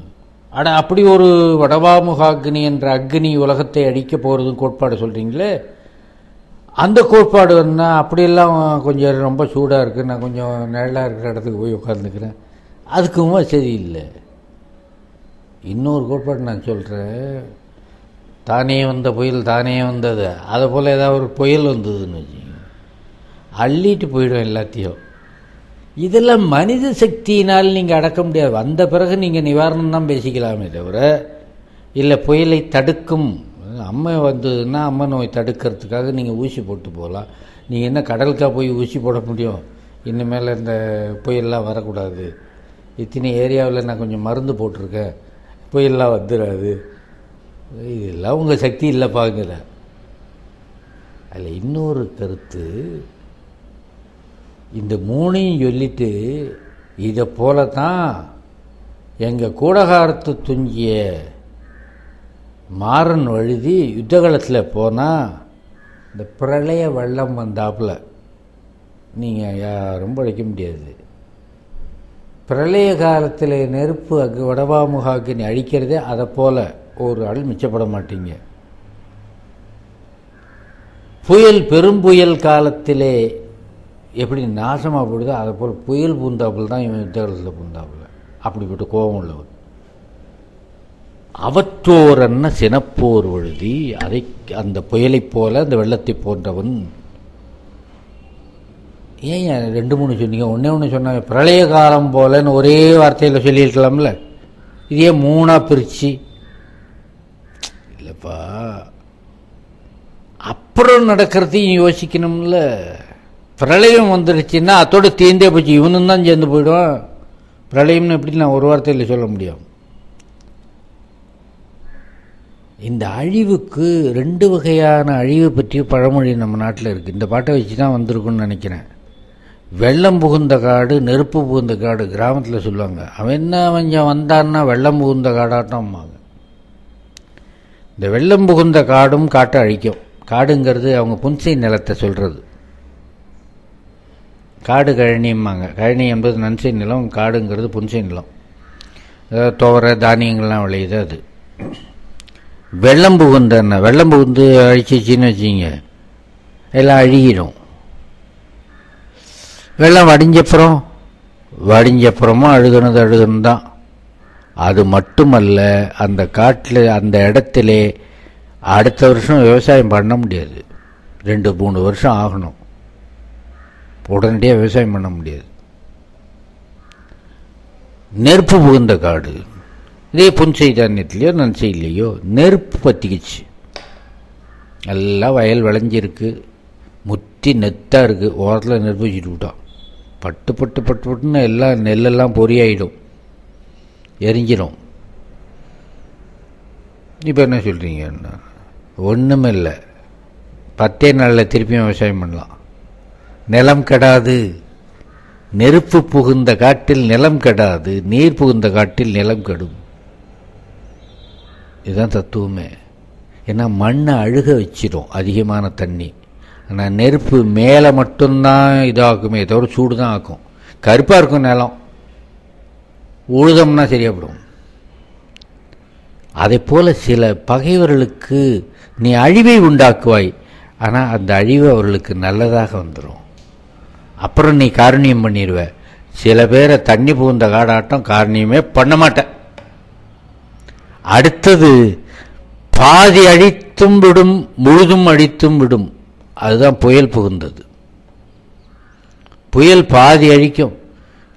பக்கத்தில் இருந்த தென்னை மரம் சாஞ்சிருக்கும், புதுசாக வச்சது ஒரு தடவை தான் காய்ச்சது, சாஞ்சிருக்கும். ஆனால் அதுக்கு பக்கத்திலேயே 50 வருஷ தென்னை மரம் ஒன்று நோஞ்சா நாட்டம் இருக்கும், வளைஞ்சி வளைஞ்சி இருக்குமே தவிர சாஞ்சிருக்காது. எது கெடும் எது கெடாதுன்னு புயலில் சொல்ல முடியாது. நல்ல கல் கட்டுறமாக இருக்கும், இந்த புயல் தாக்கி அது அழிஞ்சு போயிருக்கும். ஒரு குடிச்ச வீடு மட்டும் அழியாமலே இருந்திருக்கும். எது அழியும் எது அழியாதுன்னு சொல்ல முடியாது. அதை போல போர் முறை, 3 வகையான போர் முறையை இந்த பாட்டு சொல்லுகிறது. போருக்கு பிறகு அழிவு 3 வகையானது. ஒன்று இனி தலைமுளைக்க முடியாத அழிவு, இன்னொன்று கூடிய விரைவில் திருந்தக்கூடிய அழிவு, 3 பாதியும் பாதியுமாக அழிகின்றாள். அதனால்தான் பிரளயம் என்று ஒரு வார்த்தையிலே சொல்லாமல் 3 வார்த்தையில் 3 விஷயத்திலே அழிவை சொன்னார். அதெல்லாம் சரிப்பா, அப்படியெல்லாம் அழிச்சிடுவ பகைவரில். உனக்கு பிடிக்காத ஒரு தொடரை இப்போ நான் சொல்லட்டுமா? சொல்லுடா ஃபுல், உனக்கு பிடிக்கவே பிடிக்காது, அப்புறம் என்ன கோச்சிக்கூடாது. சொல்லுதான் பார்ப்போம், கோச்சிக்கூடாதுன்னு சொல்லிட்டேன். என் கருத்து இல்லை, ஒரு வார்த்தை சொன்னால் நீ ரொம்ப கோச்சிக்குவேன். என்ன? தமிழ் பொது,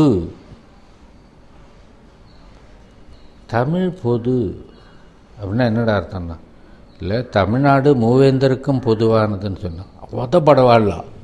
மூவேந்தருக்குன்னு நீ எப்படி சொல்லலாம்? பாண்டியனுக்குன்னு தான் சொல்லணும். தமிழ்நாடு மூவேந்தருக்கும் பொது என்று சொன்னால் மட்டும் உன்னால் பொறுத்து கொள்ள முடியாது. அது பாண்டியர்களுக்கு மட்டும்தான் சொல்லணும். அப்படி ஒன்று.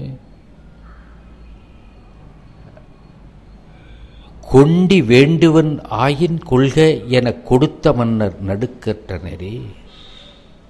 யோ என்னை காப்பாத்துரு, எனக்கு கொடுத்துரு, எனக்கு கொடுத்துருன்னு எவன் கெஞ்சிறானோ, சரிப்படா எடுத்துகிட்டு போ கொடுத்துருவேன்.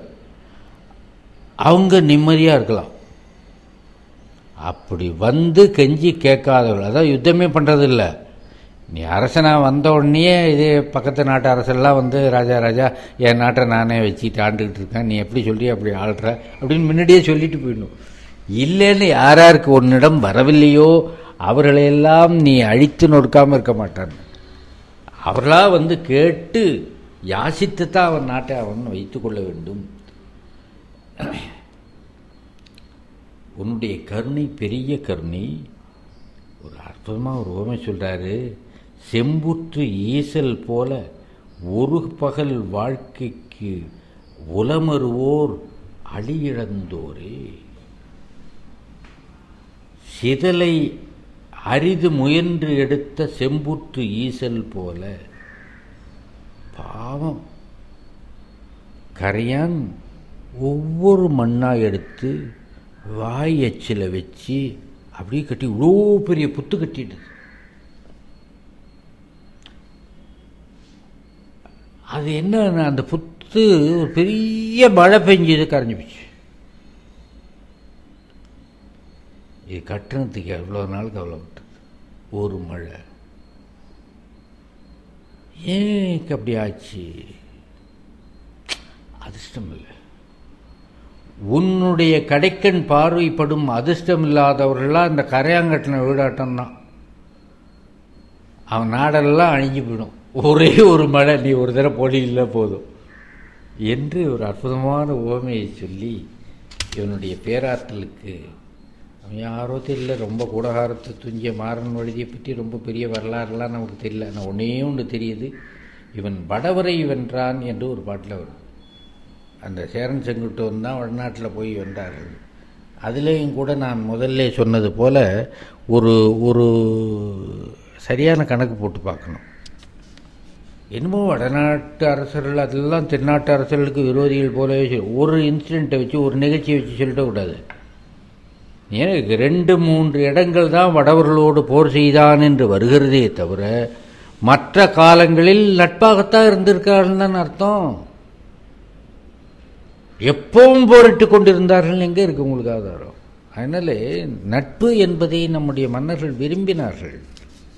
நட்பு என்ற குணம் கொண்டவர்கள் தான் நம்முடைய மன்னர்கள். அவர்கள் எப்பொழுதும் அடுத்த நாட்டுக்காரர்களோடு சண்டை போட்டு கொண்டிருந்தவர்கள் அல்ல. வடநாட்டுக்காரர்களோடும் போடவில்லை, சேரோட பாண்டியர்களோடு தமக்குள்ளே தாமுமாக அவர்கள் இப்பொழுதுக்கும் சண்டை போட்டார்கள், ஒவ்வொரு அரசன் காலத்திலையும் சண்டை போட்டார்கள் என்பதாக ஒரு கற்பனை மாயை உருவாக்கி கொண்டு நாம் இந்த வரலாற்றை பார்க்கக்கூடாது. சில நேரங்களில் அப்படி நடந்தது. மாறன் வடுதியை மருதன் எழுதுகிறார்களால் ஒரு பாட்டு பாடுறார். அதில் தான் இந்த வடநாட்டு மன்னர்களை வென்றார்கள் என்ற செய்தி நமக்கு வருது. வடபுல மன்னர் வாட அடல் குறித்து இன்னா வெம்போர் எல் தேர் வழுதி என்று வருகிறது. ஒன்று பணிஞ்சு போயிட்டான்னா நாடு நாடாக இருக்கும், இல்லைன்னா காடாக விளையும் நாடுடையோரே. நீ நினைப்பது போல இல்லாமல் பணிந்து போகவில்லைன்னா நாடு காடாயிடும் என்று வடபுல மன்னர்களை வென்ற அந்த மன்னனை பற்றி பாடுகிறார். பாண்டியன் கீரன் சாத்தனார், ஆவூர் கீரன் சாத்தனார் பாண்டியன். புலவன் பேரை பார்த்தா இன்னும் கீரன் ஒன்றா நமக்கு ஏதோ புலவன் போல தோணுது. கீரன் என்ற சொல் சங்கருக்கும் குலத்தை சார்ந்தவர், அதனால நக்கீரருக்கு கீரன் என்று பெயர் வைத்தார்கள், சங்கருக்கிற குலம்னு. அப்போ இந்த பாண்டியன் என்ன சங்க அறுத்துக்கிட்டு இருந்தால் பாண்டியன் கீரன் இருக்கு. கீரன் என்பது கீர்த்தி உடையவன் என்பது போன்ற, ஏன்னா பாண்டியன் மாகீர்த்தின்னு ஒருத்தன் உண்டு, பெரிய புகழ் பெற்றவன் பாண்டியன் மாகீர்த்தின். அதை மாகீர்த்தி என்பதனுடைய சுருக்கம் தஞ்சாவூர் தஞ்சை என்பது போல மறுவு முடிவாக கீரன் என்று சொல் இருக்க வேண்டும் என்று எனக்கு படுகிறது. ஆவூர் மூலங்கிழார் ரொம்ப அற்புதமான நுணுக்கமான செய்திகளை பாடுகின்ற ஒரு கவிஞர். இந்த பாட்டு மணிக்கணக்கில் சிந்திக்க வேண்டிய பாட்டு. ஒரு அரசனுடைய குணம், ஒரு அரசன் எப்படி இருக்க வேண்டும் என்ற தத்துவம், ஒரு நாடாட்சி சிறக்க வேண்டுமென்றால் என்ன அடிப்படை என்ற வரையறை, அத்தனையும் சேர்ந்தது இந்த பாட்டு. முதல்ல அரசனுக்கு கர்வம் இருக்கக்கூடாது. தன்னுடைய பொதுவாகவே பதவி வர வர பெருக்கத்து வேண்டும் பணிதல், பணம் அதிகமாக போக போக பணிவு வர வேண்டும், அதெல்லாம் கருத்து. படிப்பு அதிகமாக போக போக கூட பணிவு வரணும். பதவிகள் அதிகமாக போக போக மேலே மேலே போக கூட பணிவு வரணும். இல்லை இல்லை எலிச்சா என்ன ஆக்கிடுவாங்கன்னு இல்லை. பணிவு வேறு, பயந்தாங்குழித்தனம் வேறு. பயந்தாங்குழித்தனத்தை தான் காட்டினீன்னா தான் எலிச்சாய்த்தனமாக போகுமே தவிர பணிவு என்பது வேறு. பணிவாக இருக்கிறதுனால எல்லாரும் நம்மக்கிட்ட வந்து அவன் குறைய கேட்பான். கேட்கக்கூடாதுன்னு நீ ஏன் நினைக்கிற? கேட்கட்டும். கேட்கும்போது நீயே இன்ன காரணத்தினால் இது சாத்தியப்படாது, இந்த அளவுக்கு நீ உயரணும்னு நினைச்சா இந்த முயற்சி பண்ணு என்று அவனுக்கு வழியும் சொல்லி சாத்தியமின்மை சொல்லும்போது அவன் இன்னும் கொஞ்சம் நெருக்கமாயிடுவான், அன்பு பாராட்டுவான். முதல்ல பணிவு. சான்றோர் உண்ணாராயினும், உன் வீட்டுக்கு வர்றாங்க, சத்திரிய வம்சத்தை சார்ந்தவன் நீ, மணம்மலி முற்றம் புக்க, உங்கள் வீட்டில் ஒரு விசேஷம் நடக்குதுன்னா மணல்மலி முற்றம் புக்க, ஒரு பொது இடத்துல ஒரு விசேஷம் பண்ணுற போகிற, இப்போ சான்றோர்கள் வருகிறார்கள். ஒவ்வொருத்தன் சாப்பிட்டானான்னு பார்க்கணும். இல்லை ஒரு ஆள் வந்து வயிறு சரியில்லை சொல்லிட்டு ஐயாட்ட அப்படின்னு சொல்லிட்டு போயிடுவான். ஓடு, பின்னாடியே ஓடு, பிடிச்சிட்டு வா. ஆயினும் தன்னோடு சூழ் உற்று நீங்கள் சாப்பிடலன்னா நான் சாப்பிட மாட்டேன் அப்படின்னு சத்தியம் பண்ணு. சூழ் உற்றுன்னு போட்டார். இது பாட்டுக்கு பழைய உரையெல்லாம் அவ்வளோ என்னமோ எனக்கு திருப்தியாக இல்லை. உண்மை என இருக்கும் பெரும்பெயர் சாத்தன். ஐயா சாப்பிடுங்க, ஐயா சாப்பிடுங்க, நீங்கள் சாப்பிட்டா தான் நான் சாப்பிடுவேன் என்று பிச்சைக்காரன் கேட்குறாப்புல கேட்கணும்னா இறக்கும்னு வார்த்தைப்பட்ட மாதிரி பிச்சைக்காரனை போல கெஞ்சி கேட்கணும். அப்படி கேட்கிறவன் தான் இந்த கீரன் சாத்தன். அந்த ராஜாவிட்ட ஒரு நாளாவது நம்ம பிரஜையாக இருக்கணும்னு ஆசையாக வருது. ஈண்டோ இன்சாயலனே, எங்களெல்லாம் பார்த்தான்னா அப்படியே ஒரு சிரிப்பு சிரித்து ரொம்ப மென்மைத்தன்மையை காட்டுவான். அப்போ இவனை பகைவரெல்லாம் நல்லா ஏறி தள்ள மிளகா அரைச்சிடான். அதுதான் இல்லை. வேண்டார் எரிபடை மயக்கிய வெறுவரு ஞாட்பின் கல்லுடை காலத்தர். இந்த எதிரிகள்லாம் இருக்காங்களே, இதெல்லாம் இந்த குணத்தெல்லாம் இவனை பார்த்துட்டு அவங்க ஊரில் பேசிக்கிட்டாங்க. இந்த சாத்தன் ஒரு ராஜா இருக்கான பாண்டிய மன்னன், சரியான இழிச்சவன். ஒரு பிச்சைக்காரனாட்டம் ஒரு புலவன்கிட்ட போய் ஐயா சாப்பிட்டு போங்க, ஐயா சாப்பிட்டு போங்கிறான். புலவர்களெல்லாம் பார்த்து குடிப்படைகள்லாம் பார்த்து கெஞ்சிறான் சாப்பிடுங்கன்னு. எல்லார்ட்டையும் மென்மையாக இருக்கான். நாளைக்கு அவன் மேலே யுத்தம் எடுத்து நோக்கிவிட்டு வந்துடுறான் பாரு இழிச்சு வாயில அப்படின்னு எங்கே பேசிக்கிட்டாங்கன்னா பக்கத்தூரில் எந்த இடத்துல பேசிக்கிட்டாங்க அதுதான் ரொம்ப முக்கியம். கல்லுடை காலத்தர் ஆளுக்கு ஒரு பெக்கு வச்சுக்கிட்டு பேசிக்கிட்டு தான். பேசுகிறவன் நெடுமொழின்னா வஞ்சனம். நான் ஜெயிக்கிறேன், அவன் பொடியனை இழிச்சவன் அவன் ஏன்ட்டையும் இழிச்சு விடுவான் பாரு அப்படின்னு. மறுநாள் பொழுது ஒடிஞ்சது. அஞ்சி நீங்கும் காலை ஏமமாக தான் முந்துருமே. அவன் என்ன பண்ணா, ஒருத்தருக்கு முந்தி ஒருத்தர் ஓட ஆரம்பிச்சுட்டாள். இது முதல்ல திரும்பி ஓடுறவன் யாருங்கிறதுல தான் அவனுக்கு போட்டி இருந்ததே தவிர ராத்திரி பேசுறீங்களா அது என்னடா அஞ்சு நீங்கும் காலை. அதான் குடிகாரம் பேச்சு பொழுது முடிஞ்சா போச்சுக்கிறது. இதுதான் குடிகாரனுங்க. அயோக்கியர்கள் வேண்டுமானால் இவனுடைய ஆட்சியை குறைபாடாக சொல்ல முடியுமே தவிர இவனுடைய ஆட்சி அப்படிக்கற்ற பணிந்த தன்மை பொருந்திய மென்மையான ஆட்சி என்று ஆட்சி சிறப்பை சொல்லுவதாக இந்த கீரன் சாத்தனாருடைய ஆட்சி சிறப்பை ஆவூர் முருங்கடானுடைய வல்லான் முல்லைப்பாட்டிலே வருகிறது. அதுக்கு அடுத்தது அவனையே ரொம்ப நல்ல குணமுள்ள ஒரு அரசனாக இருக்கணும்னு நினைக்கிறேன். 2 பேர் அப்படி பாடுறாங்க. செவியரூரு என்ற துறையில் இரும்பிடர்த்தலையார்னு ஒருத்தர் பாடுறார். செவி அறிவுருன்னா ரகசியமாக அவனுக்கு அறவுரை சொல்கிறது. சில விஷயங்களை தெளிவாகவே அரசனே நீ நல்லவனாக இரு, இதுக்கு போய் ரகசியமாக சொல்லணும்னு அவசியம் இல்லை. அரசனே நீ கொடையாளியாக இரு, இதை ரகசியமாக சொல்லணும்னு அவசியம் இல்லை. ஆனால் சில விஷயத்தை ரகசியமாக தான் சொல்லி ஆகணும். ஒரு செய்தியை சொல்கிறார். பெருங்கை யானை இரும்பிடத் தலை இருந்து மருந்தில் கூற்றத்து அருந்தொழில் அதனால தான் இவருக்கு பேர் இரும்பிடத் தலையார்னு பேர். அதை பாட்டில் ஒரு வரியை வச்சு இவருக்கு பேர் வச்சுட்டாங்க. ஒரு பாவம் நிஜம் பேர் என்னமோ தெரியாது. மருந்தில் கூற்றத்து அருந்தொழில், அதாவது கூற்றம் ஒரு வியாதியை கொடுக்கும், யமன் ஒரு வியாதியை கொடுப்பான், அந்த வியாதிக்கு மருந்து கிடையாதுன்னாரு. என்னது சாவுன்னு அர்த்தம். மருந்தில் கூற்றத்து அருந்தொழில். அந்த தொழிலை இன்னொரு ஆள் செய்கிறான். யாருன்னா அதான் எங்கள் ராஜா தான், மாறன் தான், அது கீரன் தான் செய்கிறாள். கருங்கை ஒள்வாள் பெரும்பெயர் வழுதி நிலம் வழுதி. ரகசியமாக ஒரு விஷயம் சொல்கிறேன். நிலம் பெயரினும் நின் சொல் பெயரல். பூகம்பமே ஏற்பட்டு உலகம் அழிந்தாலும் நீ கொடுத்த வாக்கு தவறாதே. அதுதான் ராஜாக்களுக்கு ரொம்ப முக்கியம். ஏன்னா ஒரு பொது இடத்துல எல்லாருமாக இருக்கிற இடத்துல ஒருத்தன் வந்து கேட்குறான், ஐயா எனக்கு குடிச்ச கழிஞ்சு போச்சியா, வேற குடிச்ச கட்டி கொடுக்கணும் ஐயா அப்படின்னு ராஜா கிட்ட. சரி கொடுத்துட்றேன், இன்னும் ஒரு 2-3 நாளில் உனக்கு நடந்துடும்.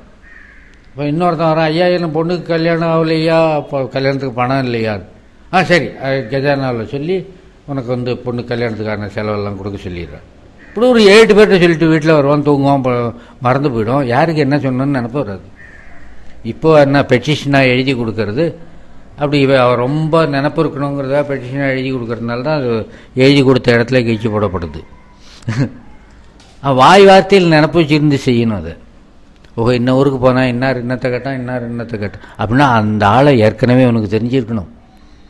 அவன் என்ன கேட்டாங்கிறது தெரிஞ்சிருக்கணும், அவன் குடும்ப விஷயம் தெரிஞ்சிருக்கணும். அப்படி இருக்கும்போது நிலம் பெயரணும், நின்சொல் பெயர். வார்த்தை தப்பிடாது. மறந்து போய் ஒருத்தனுக்கு சொன்னதை தப்பிட்டினா, அவங்க ராஜாவை பற்றி தெரியும். பொண்ணு கல்யாணத்துக்கு எல்லாம் தரேன்னாரு. நானும் முகூர்த்த தேதிக்கு முதல் நாள் வரைக்கும் உட்காந்து பார்த்தேன், 10 காசு வரல. நான் ராஜாவான், அதுதான் வாயா சாக்கடையா கேட்பானா கேட்க மாட்டானா. நீ கொடுக்கக்கூடாதுன்னு இல்லை, மறந்துட்ட. அவன் திருப்பி திருப்பி வந்து நினைப்படுத்த முடியாது. இன்னும் அரண்மனையில் உள்ள விட மாட்டாங்க. அப்படியே விட்டாலும் எப்போ சொன்னேன் நீ சொன்னீன்னா அதை அவமானம்னு சொல்லிட்டு அவன் திரும்ப வரமாட்டான். நீ ஏன் நினைப்ப வச்சுன்னு செய்யணும். வாக்கு தவறக்கூடாது. இதுதான் அரசியல் தலைவனுக்கு முக்கியமான குணம். காரியம் ஆகணுங்கிறதுக்கு ஒன்று சொல்லிடாதேன்னு.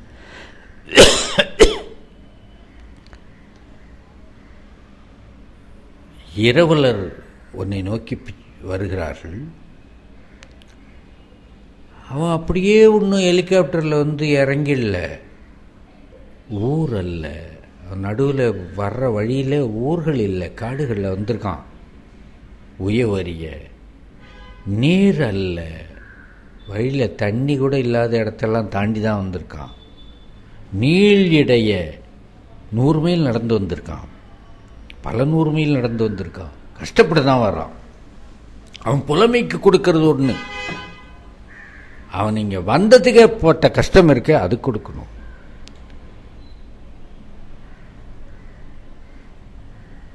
பயங்கரங்களை தாண்டி வந்திருக்கிறான்.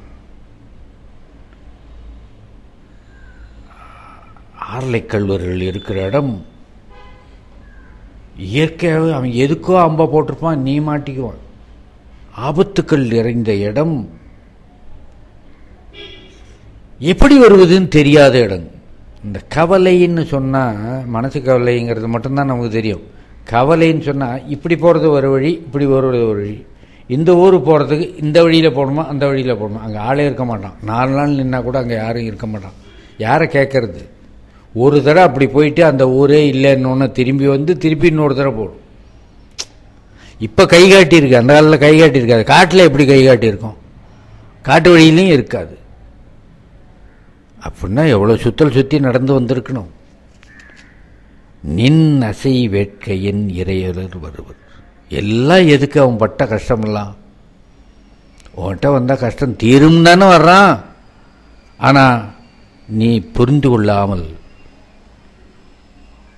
அவனுடைய கஷ்டத்துக்கு தகுந்தாற் போல பரிசு கொடுக்காமலும் இருக்கலாம், பரிசை கொடுக்காமலும் இருக்கலாம்.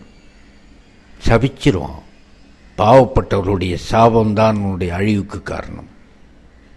நீ என்ன பண்ணணும்னா, கேட்காத. நீ என்ன கஷ்டப்பட்ட? அதெல்லாம் ஒன்றும் இல்லை ராஜா, நான் ஒன்றும் கஷ்டமே படலன்னு தான் சொல்லுவான். நான் சௌரியமாக வந்து சேர்ந்தேன்.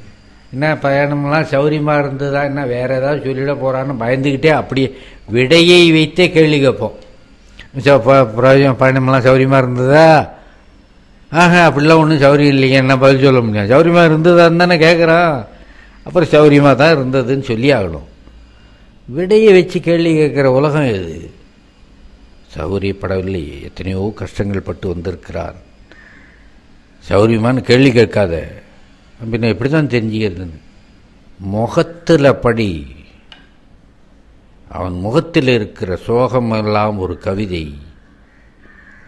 எந்த அளவுக்கு கஷ்டப்பட்டானோ அந்த அளவுக்கு கவிதை ஆழமான பொருளுணர்ச்சியோடு அவன் முகத்தில் எழுதப்பட்டிருக்கும். பார்த்த உடனே கண்டுபிடிக்கணும்.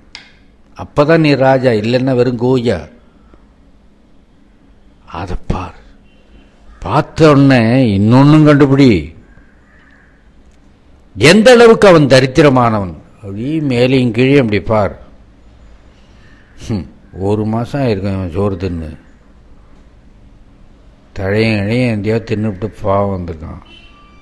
இந்த இடுப்பில் கட்டியிருக்கான ஒரு கிழிஞ்ச 4 முழம் வேஷ்டி, இது குறைஞ்சது 10-12 வருஷத்துக்கு முன்னாடி வாங்கினதா இருக்கும். வேஷம் போடுறானோ, ஒருவேளை வீட்டில் பட்டு பீதாம்பரங்கள்லாம் இருந்துக்கிட்டு இதை கட்டிட்டு வந்து ஏமாத்துறானோ. அப்படி இருந்தால் உடம்புல ஒரு மினுமினுப்பு பளபளப்பு இருக்கும். இல்லை, ஏமாத்தலை இவன், நிஜமாக இவ்வளோதான். இத்தனை ஜட்ஜ்மெண்ட்டும் நீ ஒரு தடவை பார்த்தோன்னே கண்டுபிடிக்கணும். இன்மை தீர்த்தல் தணிக்காதே தீர். ஒரு மருத்துவன்கிட்ட போனால் வியாதியை தணிப்பான், தீர்க்க முடியாது. வியாதியை தீர்க்கிறது வைத்தியநாத சுவாமி ஆண்டவனுக்கு தான் முடியும், மனுஷனால் முடியாது. வியாதியை தணிப்பான், குறைப்பான், அவ்வளோதான். ஏன்னா திருவள்ளுவரே அது தணிக்கும் வாய்நாடி, தணிக்கும் தான் சொல்றாரு, தீர்க்கும்னு சொல்லல. ஆனால் இன்மையை தீர்க்க வேண்டும். இன்னொருத்தன்ட்ட போய் பிச்சை எடுக்க, அதையும் திருவள்ளுவர் சொல்றாரு. இளம் என்னும் எவ்வம் உரையாமை ஈதல் குலனுடையான் கண்ணே உள்ள. நல்ல குலத்தில் பிறந்தவனுக்கு பிச்சை எடுக்கிறதுக்கு ஒருத்தன் வந்தான்னா இன்னொருத்தன் வீட்டில் போய் பிச்சை எடுக்காதபடிக்கு கொடுப்பான். அந்த திறமை இருக்க வேண்டும். இன்மை தீர்த்தல் வன்மையானே என இரவலர்களுக்கு எப்படி கொடுக்க வேண்டும் என்ற கொடைக்கு வழிகாட்டி கொடுத்தது போல ஒரு பாட்டு. அடுத்தது 2 பேரை பற்றிய பாடல்கள், ஒரு 10 நிமிஷம் விட்டு